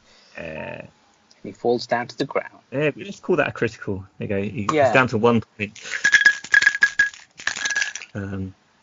He rolls 5, so he's got 10. You've killed him. Yes. First one gone. You're kind of too powerful in this one. Next one is rolls 4. Yeah, you've took him down to from 6 to 4 stamina. Next one, he rolls 10, so he's got 15. Oh, that's a hard. You need 5. See, there's a chance. There, you got 7. Yes. So lucky. So lucky. I think you've It's taken that lucky potion. Yeah, he's just carrying it. It's helping. Could be. 9 plus 5 is 14. You need 4 or more to wound. And you get 7. He's dead. Yes. They're all dead. We did it. Sorry. Sorry, dwarf. Sorry, dwarf. Too late for you. 7. I might have to start cheating, making you take more points, hit points. You cut down the dwarf. Oh. He is, as you guessed, dead. Oh. Going through the pockets of the 2 goblins, you find About time we steal something. Oh, this is an important item here. You ready? You find a large piece of sweet-smelling cheese. Oh, for my mouse that I rescued. Oh yeah. Except you let the mouse go, so maybe he'll come back to you. Put the cheese on the floor. Now that I've got the cheese, yeah. Yeah, he'd be your pet. If you wish to take this with you, put it in your backpack and leave the room northwards. Let's take it. Take the cheese. Yummy. You have some cheese. It's a shame, if you got that cheese earlier, you could have swapped it for a shield. There we go. Yeah, I think that's a good point. But then I won't be able to have the mouse as my pet later on. That might be useful. Especially if you come up against an elephant. Everyone knows elephants are scared of mice. Yeah, true. You need the mouse. You arrive at the end of the passage where it meets another going east-west. Oh. But an iron portcullis blocks your way, and no amount of charging is going to budge it. On the wall to your right are 2 levers. The right one. It seems likely that these levers have something to do with raising the portcullis. The right one. Okay, 1 to 8. 1, 2, 8. Ding, ding, ding. You hear a deep rumbling noise, and the ground begins to shudder. Oh, brilliant. Slowly and noisily, the portcullis rises into the ceiling. You may now walk to the junction. Will you turn west or east? Left, so west. West to 10. See, we drive on the left-hand side in this country, and when you go up and down the stairs, you go left. Yeah, so turning left is always easier, safer. So my strategy is left because they're British authors. True. Always safer to take the left turn and not cross the traffic.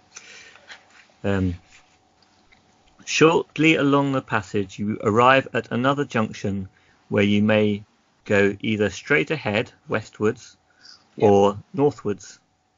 Let's go west. Go west. 225. 225. The passageway continues westwards and then turns due north. Some way up, you reach a junction where a narrow passage runs off to the west. Will you continue northwards or take the west way? Take the small carriage, the small little room. Let's go for it. Yeah, 63. Going through the tunnel. Going west. Yes. Taking the We're carriage. committed now. We've already taken 2 lefts. Just going to make a big circle. Go back round. As you walk along the corridor, you see ahead that it is getting narrower. At one point you stoop, and as you do so, a deep, resonating laugh starts up around you. Do you wish to continue or turn back? continue. We're already in. I'm almost stuck. Let's just walk through. Let's get to the other end. Make it happen. 1. Yeah. The narrow passage eventually becomes too small for you to walk along. You get down on your hands and knees and crawl. Yes. Eventually, you will get no further, and there seems to be no way through, so you decide to return to the main passage. Oh, you head for the junction. Yeah. It's another dead end. After all of that. Nothing in it. Not even a candle. Someone was laughing at us. Maybe you should have thrown the candle through the little hole. Yeah, okay. Do you want to do that? Yeah. Let's see if anyone picks it up. Okay, you throw the candles out of your reach. Just the one. And they stuck the candle, one of your candles. So you still got a candle. Anything happen? Is there any movement? Does anybody see it? No. It's a waste of a candle. Is it out of reach? Can I still reach it? You try to reach, you just can't reach it. So close. We've lost the candle. Okay, let's continue. You never know. Could have been something there. True. As you walk back up, you hear the laugh again, and he says, "Thank you for the candle." Thieving jabroni. Stole my candle. Thieving ghost or something. Several meters up the passageway, you arrive at the junction where you may turn either west or east. Set in the rock on the north wall is a small recess where you may rest and eat provisions without being seen. If you wish to eat provisions here, do so. You still don't want to do that, do you? Nah, we'll carry on. East or west? Well, we've been west and we got stuck and we had to come back, so we have to go east now. I think this is a new corridor. So we've gone up north and we've reached a T-junction. Oh, then we go west again. Go west. West.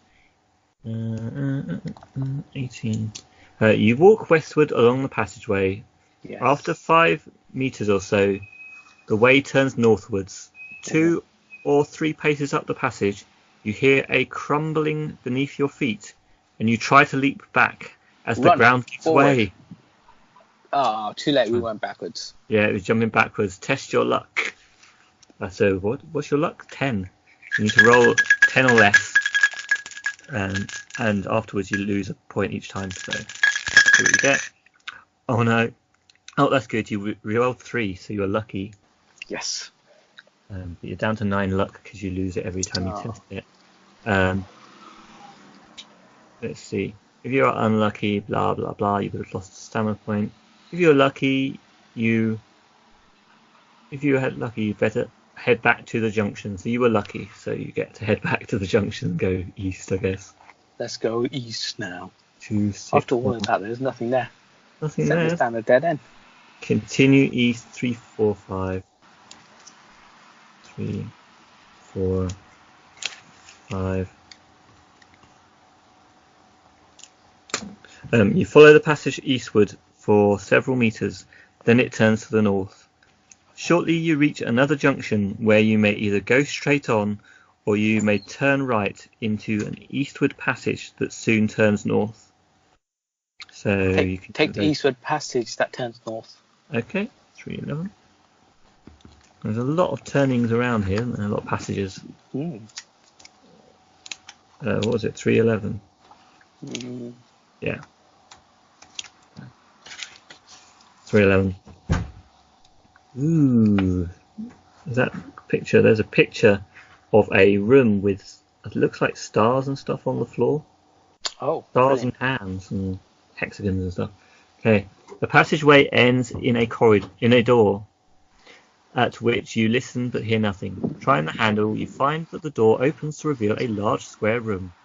The room is completely bare, but the floor is covered in a mosaic of tiles. Oh, nice.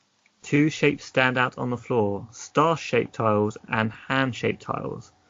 A door on the opposite wall is the only way through. Now, I notice we're running out of time. Do you want to carry on, or do you want to call a time when to finish, and we may have to leave it to another week to yeah, let's do that. Let's call it. We're in this room with the star-shaped and thing, and we'll come back to it. Yeah. Excellent. Okay, so to round off then, what else did we want to talk about? Right, yeah. So how did you find the adventure, and then what would you rate it? Yeah, I really liked it. I think you have to map it, don't you, as you go along? Because I was almost a bit lost when we started taking left, and then you come back on yourself. It's just trying to remember the routes because there's a lot of corridors and stuff. But other than that, there's loads of fascinating things to go see, and you can just kind of bully your way through. You can and actually go to places you shouldn't be going. You can. Yeah. If you had skill 7, which is the lowest you could have had, then you would have only been 2 skill away from most of those monsters. So would have been a bit tougher. But definitely with skill 11, this is a cakewalk. This is one of the rare books where you can actually get through with skill 7 and all the lowest stats. Oh, okay. So I think it is worth playing with lower stats as well, like as your own challenge. And yeah, I really like the thing I like about this early section we've just gone through is Ian's section, and I like the way you have repeated doors on the left and doors on the right. It might seem boring in some ways, but in other ways it's world building. It feels like a real little place where people live, and there's similar things going on in each of the rooms. Yeah, and in some cases there's nothing in the rooms. Yeah, and in some cases there are things of value in the rooms. Yeah, and then like that kind of, do you go in there? Do you not? And if you do go in there, do you just run straight out? Because you could kill an orc and find there's nothing in the room anyway, so you just waste it. Yeah. So in that sense, I guess it's good to have wasted passages and wasted time in this one, because you have to weigh up your odds whether it's worth doing or not. That's true. Yeah. So the last thing to say about this has been an introduction really to fighting fantasy and game books. We've only talked about a couple of the authors and the illustrators. There are a load more in the recent. Even though there's only 15 books, as I said, in the Scholastic series, and there's only one other author in that set, and that was Charlie Higson. Who was in the Fast show. Cool. So we might get a chance to talk about him sometime. But the 15 books you can get now in that, the original series actually had 59 books. So there's quite a lot of other books to be out there to be read and discovered. But I just wanted to make a note of that because I didn't say early on that that's actually the case. And there's more books than that as well. So yeah, I mean, hopefully we'll get to finish this book at some point and review some more of the series. Yeah, I think it's a good idea. I think we went through the book in our own narrative slightly, but still kind of went through it. Get to play the adventure as well, and you got to be dungeon master. Yeah, I quite enjoyed adding extra stuff to it as well. Although, so we'll see how we get on next time. And it's weighing it up. Like we were talking before about how tabletop games you can do anything. So that's why it's nice to be able to just read through it and add things to it with a friend. Whereas if you were reading it on your own, you definitely wouldn't be adding things to it because you're kind of more constrained to those things. Yeah, to the narrative that's there. Yeah. Yeah. So we've had kind of an example of both today, I think. And that's it for now. What segments quickly? Yes. Reviews. Yes. And previews. So firstly, the mini reviews section. Yeah. So shall we start with the big one this week? The one that we've both watched? No, I was just going to say the big one. That's just like which big one were you talking? South Park is now on Amazon Prime. Oh wow! Yeah, so it's quite funny because up to season 21 or something, I think it's pretty much all of it. Wow! And Netflix have picked up season 1, and then weird. 18 to 20 something. So Amazon Prime of trolling Netflix on their South Park. Having the whole lot. So yeah, so that's good. Because the earlier episodes are better. So. Oh yeah, exactly. I think seasons 1 up until where Chef's still around, they're all really good. Yeah, even when he leaves, there's some still good episodes later on. There's the Hobbit episode, which is really good. yeah, it's still a great show. But it's weird how they picked up, or they were only given a certain number, and there's a whole chunk of it not there. Yeah, it sounds like they wanted to show the most recent ones and just sort of keep Yeah, up it to could date. be. Yeah, maybe it was cheaper to get that section than it is to get the whole back catalogue. Mm. Yeah.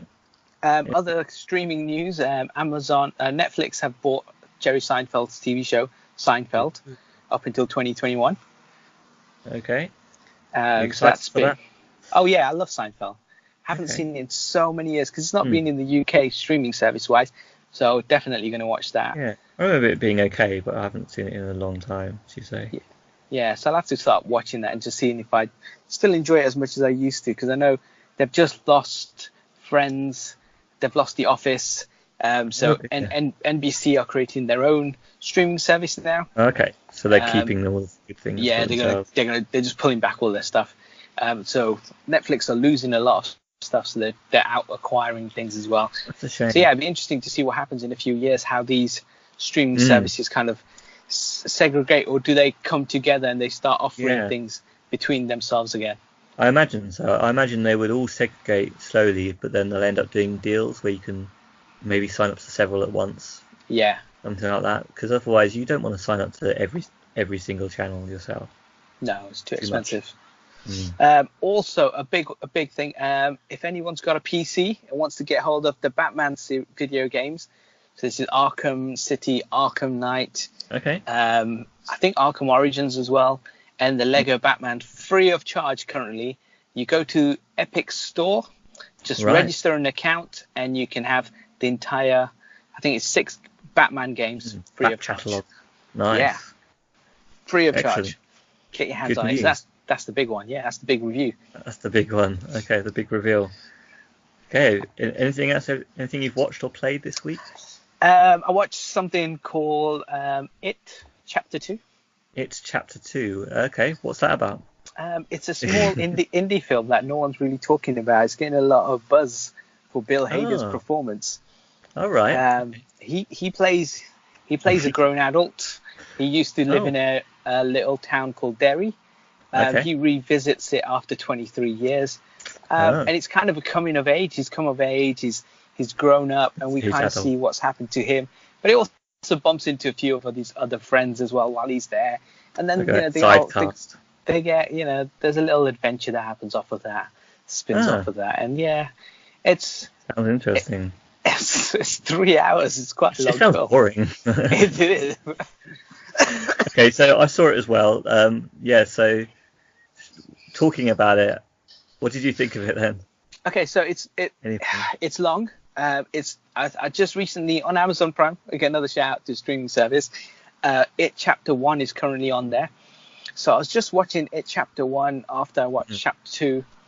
Yeah, because I wanted to watch Chapter 1 before I went to watch 2 really, but I didn't have a time to do that. And I think Pennywise is more prominent in the first one, as himself, that is. Obviously, he appears in different kind of things.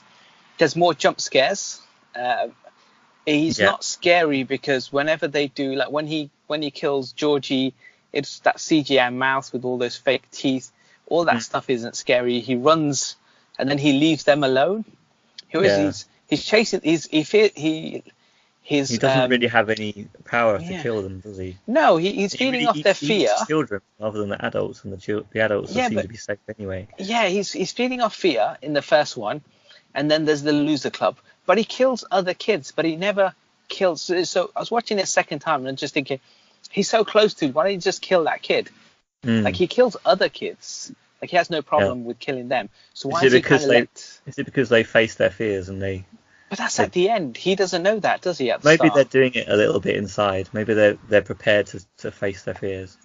I don't know. But then he should kill them because if they're going to face their fears, they're going to kill him.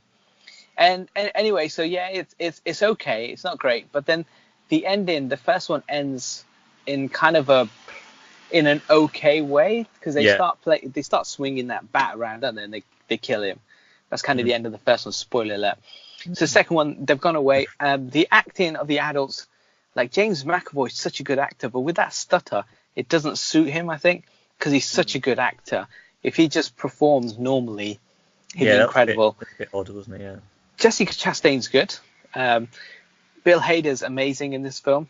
And, you know, the guy who plays Pennywise, he's around, but he's not around as much as he was in the first. I think there's always a CGI alternative to him throughout the film. They foreshadow a lot of the end. Spoiler alert for the ending, like when they're sat around eating food in that restaurant, they got all those insects in the spidery type thing. Then there's that kid whose head comes out on the spider near the old house, and then obviously Pennywise becomes a spider. But because the CGI is advanced, technology looks good, but it's fake. It's not practical effects. I would have liked to see some more practical effects instead of kind of just like a CGI monster chasing them. It's whether it's practical or not. The fact is, when you're doing CGI stuff, it's always on a big scale. So you never have those close-in shots where they're really going to be in danger. Like you could CGI that stuff, but they don't bother. That's why. That's when you would have animatronics and some real threat. Exactly, they did that really well in Annabelle Creation. They had a lot of animatronics, and they had a lot of, like, even when James Cameron did Terminator 2, there's real people that were used for certain scenes. It wasn't all CGI. There's a lot of things where you think it's CGI, but actually it's a real person. And I think that looks better. Overall, there's a lot less jump scares. It's not as atmospheric and scary as I thought it may be. Yeah. It neatly wraps around a little bow around the whole kind of franchise. Yeah. The ending is terrible. Oh, look, he's a bully. Let's shout things at him. And he turns into this little thing, pull his heart out. Worked, but I didn't really like that. Because that was kind of the thing, wasn't it? Like, throughout the movie, one of the things was that he was always trying to belittle them and remind them of their fears. So, in that sense, he made their fears big, and that's why he was big. And then, when they turn it back on him, they're making their own fears small, which is why he shrinks. It's not really him; it's their own perception and their own fears, which I think is quite realistic for how people deal with fear. Like, it's literally, you can let your fear conquer you and be everything in the world, or you can say, actually, that's a small thing. It's nothing to me. Yeah, I know the symbolism. But for this sort of film, for the horror. I mean, I was liking the symbolism, and also like the idea from the beginning that they might be facing their fears or facing their problems that they've still got in life. Because they faced them once before. Yeah, but they're coming back. It's like they've still got them buried for some reason, and they need to defeat it once and for all. So the idea of this stuff coming back later in life as an adult, and how they're going to defeat it this time was good. But then, the film itself was just sort of. It was a bit weaker. It didn't really tie together properly with that idea. Then it could be better. Yeah, and also because he's tormenting. Well, he comes back and he kills other kids, and he's killing, and he starts again, and then they all come back to Derry, but they all go back to the old house to get an item. Yeah. That bit, some of those bits were quite good. Like when they went back to the old. Especially the Jessica Chastain thing was really good. It was in the trailer. It's maybe the best bit. It's just that, interaction with it. But the rest of them, they were kind of like chased by CGI monsters and stuff, and it wasn't. But the good thing about that was that it gave you flashbacks of what they were as a child, which gave you better connection, I think, to the adults. Yeah, I guess because it's been 2 years since the last film, so you do need to put some legwork in. Remember this kid? He looked like this. He used to stutter. You remember their issues again and what they're trying to face. So then that ties a bit better to it. Ties everything up a bit better. Yeah. The only thing I thought is a problem, which was the problem with the old one that they did for TV as well, is just the reunion is boring. Like, just people getting together and talking. I feel really bored just adults talking. But they did a good job of trying to make it funny. All the characters have sort of funny points, and they try to keep humour throughout it. But there was at least one point where I thought, oh no, they're still talking. Just get on with the scary stuff and facing your fears and facing Pennywise. Yeah, or kill one of them, because they're annoying me at that stage. Kill one. Yeah. And basically, he's a shape-shifting alien who's taken the form of a clown, But there's a lot of shots that look really expensive but aren't. Okay. I like, the bit when they get to the bridge and and Pennywise is on the other side of the bridge and he kills the guy at the start. Yeah. And then there's loads of balloons everywhere and you're like, that's not scary, is it? I don't know why. No. Like you make this really expensive shot, but even a single balloon floating off into the sky. Yeah. They sort of give you an idea of something big and scary, but then they don't really show it again. Like, they show the bodies coming out of the drain, and that's quite good as well. But then apart from those little bits, you don't really see as much horror. So maybe they should have trimmed down the talking of the adults, and maybe have some more horror of children dying and stuff. Yeah, Pennywise actually succeeding, so then we can see there's a real threat to him. Yeah, maybe you have to kill an adult. Yeah, because the man. The man is an adult, isn't he? The man that falls in the river. So he does kill an adult. Yeah, but he doesn't kill enough. No, not enough. I feel like if there's a threat, he should be taking out more people. Then we realise, you know what? Any of these guys can go. Yeah, that fair at the beginning. He should burn the whole lot down. Kill all the people in the town. Exactly, that's it. That's his best way of gaining. But because I think he needs the souls, that he needs to kill them individually or something, I guess. Because he puts the fear into them, and then he feeds off that fear, and that's what keeps him strong and keeps him kicking about. And then the ending where they thought they'll use the artifacts the way that the black guy saw a vision of, that never happened, and then it just it turns into a tiny little thing and take the heart out. That was the end. Yeah, I thought it was okay. No. I give it 2 stars, but I thought it was okay. I think it's 2 stars. Just watch the first one, and you don't really need to watch this one. Yeah, I mean, watch it on your streaming service because you already pay for it. Yeah. So don't contribute any more money to it. It's fine. Yeah, the first one is good though. Yeah, it's all right. It's good. That's definitely a 3-star maybe. No. Yeah, watch on your streaming service because it's on Amazon Prime. Oh, yeah, just do that then. Yeah, fine. Just watch the old ones. Oh, the other problem with it, of course, is that it's not really another version of the book. It's kind of a remake of the first version of the TV version, because they have it all split up. Whereas I understand that the actual book just had the adults throughout and flashbacks throughout. Okay. But both times they've done these films, they split it into the kids first and then the adults. So I think cinematically that works better, because then the kids get their own film, and then the adults get their own film, and you're coming back for the second part of kind of like to close the loop. Yeah, and that's why it's good they showed some of the kids, because the adults on their own are boring, but the kids one was good, but the better film. But then showing the kids again as some flashbacks was quite good, I think. It's fine. Anything else? I watched the film starring Constantine Wu and Jennifer Lopez and Julia Stiles and the girl from Riverdale and the girl from Scream Queens and Carly B the rapper. This film's called Hustlers, based on a true event or true life story. So it's all kind of follows Constantine Wu. It's basically from her eyes and her perspective.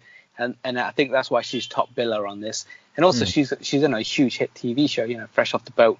She's had that big Asian wedding film Crazy Rich Asians last year. So she's riding high and all that. Yeah. The actual acting is good. I mean, everyone's talking about Oscar buzz for it. It's good. I think it's fine.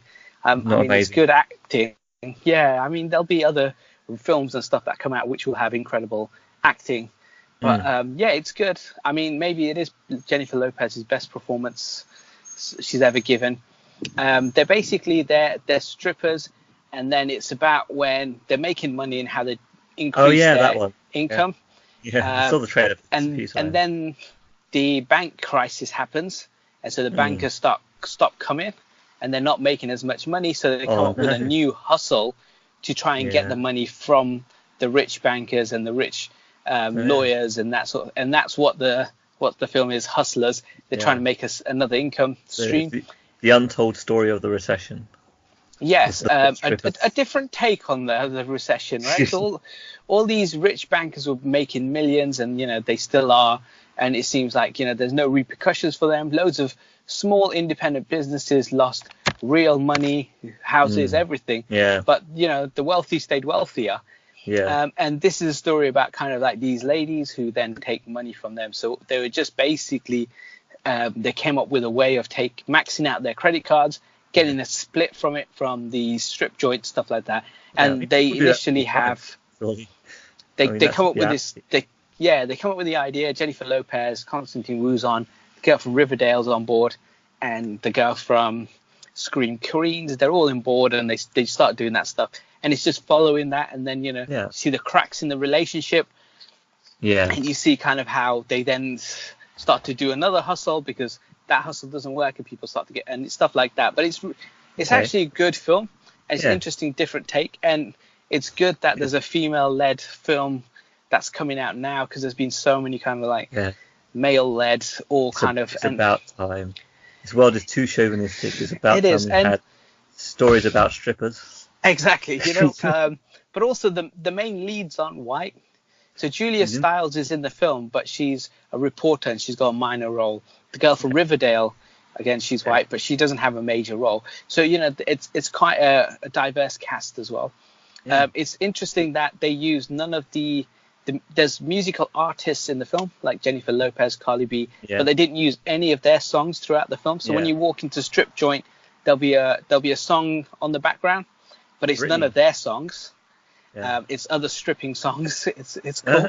And spoiler alert, there's a moment where Usher Raymond walks into the club and they play Usher's track, which was pretty cool. Oh, wow. And then Jennifer Lopez comes up to Usher and says, she asks him who he is, and he's like, I'm Usher. And I'm like, yeah, that's sick. It's worth a watch.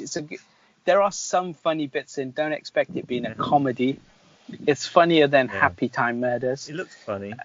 Happy be funnier than Happy Time. Everything's funnier than Happy Time. even accidental films. Black comedy. It's definitely worth a watch. If you can watch it in cinema, definitely do. So based on the kind of the rating, I'd give it 4-star. VOD. Okay, 3-star. Okay. Yeah. Okay. It sounds good. Any good stripping scenes or pole dancing or anything, or is it? Yeah. So Jennifer Lopez did a lot of training. Okay. On kind of like the pole dancing stuff. She had a lot of bruises, injuries, and stuff. And when she does her first set, she actually looks like someone who's been doing this for a while, who's really kind of like who hasn't just picked it up for a film. She actually looks and breathes like she does this on a day-to-day basis, which was good. So and I'm sure the other actresses all have done whatever they needed to train up for it. But her role, especially when she makes the big money at the very start of her set, that was really good. I was just like, wow, that actually feels like they've not picked an actress, they've actually picked a stripper to do this. Yeah. And Carly B is a stripper turned rapper, so she knows the world anyway. Oh, that's wicked. That's quite cool. Anything else? No, that's it. What I'm going to start doing now that South Park is on Amazon Prime, I'm going to start watching 1 or 2 episodes every week, and then I'm going to give you a quick review of season 1, episode whatever, and then the next week give you a running commentary on how does South Park still hold up after all these years if you look back at season 1 onwards, or so I'll start doing that. That's a series to look forward to. Thank you very much. Yeah. Okay, so is that everything for you? Yeah, that's all the stuff. You haven't played Borderlands 3 yet still? No, I got a game that involves kicking a pig's bladder around. Oh yeah. And that's going to take over my life for the best part of 6 months at least. It's a game called FIFA 20. Is it good? In the game, you pick a team, and you can pick almost any team you want to play as, and you play through, or you can play as a player. You can play through his ultimate team. What? Sorry? Can I choose the elves team? You can do. You can even create your own player, create your own team. Oh wow! With elf ears? Oh, wicked. Oh yeah, so the actual player characteristics and stuff has got so much better over the years. It's not the best football game. Pro Evolution Soccer is much better, but I'm one of those people, because I play this on my own.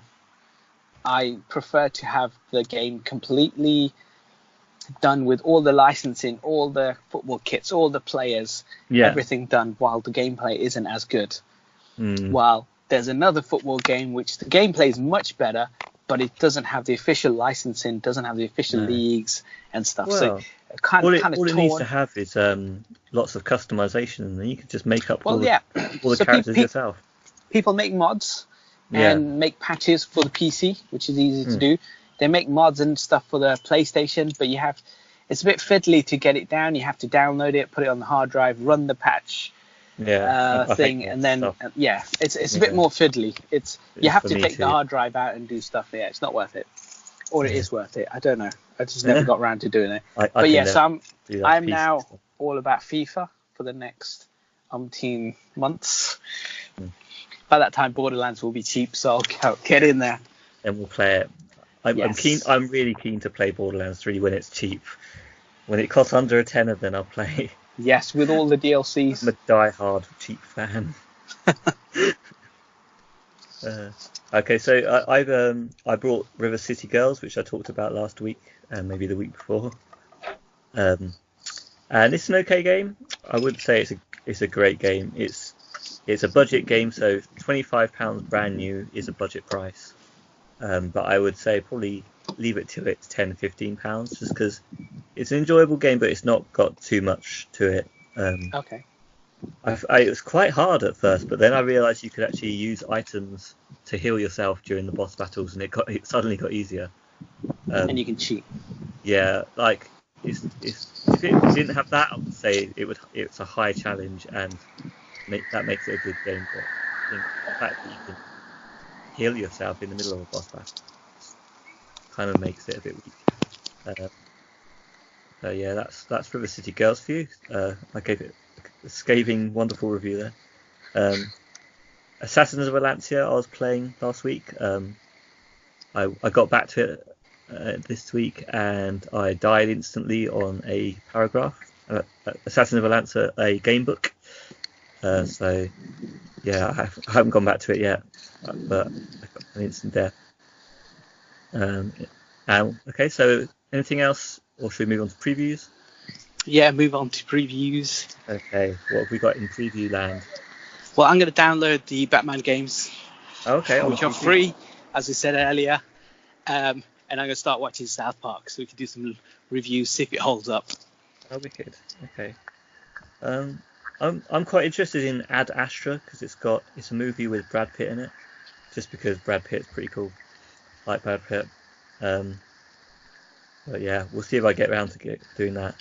And I'm still hearing about Shenmue 3 is on its way, and I still need to play Shenmue 2 and finish Shenmue 1. So those games are like 20 years old, so I need to get on that and finish them games. One day. Yes. So looking forward to that. I've got it on the way as soon as it's made and released. So go back to the Kickstarter to get it made. So we'll see if it's any good. Cool. How can they contact us? Yes, thank you for listening. You can contact us through the information at the bottom, or whatever MyGuy Previews is about to say. Twitter and all that business. Let us know if you want to see more Let's Plays of these books. We will try and finish off this book at some point, and maybe review another aspect of the game books at the same time, just to help finish off this book. And let us know any other subjects that you want to hear about. Yeah, keep your topic suggestions coming in, and hit us up with your email. That's at the bottom, our Twitter account, our Instagram, and subscribe and give us a review. 5-star reviews and likes. 5-star reviews, yeah. Just so, and then we'll read them. Yes, that would be nice. Brilliant, and thanks for listening. Thanks, guys. Okay, thank you, Bye. See ya. Bye.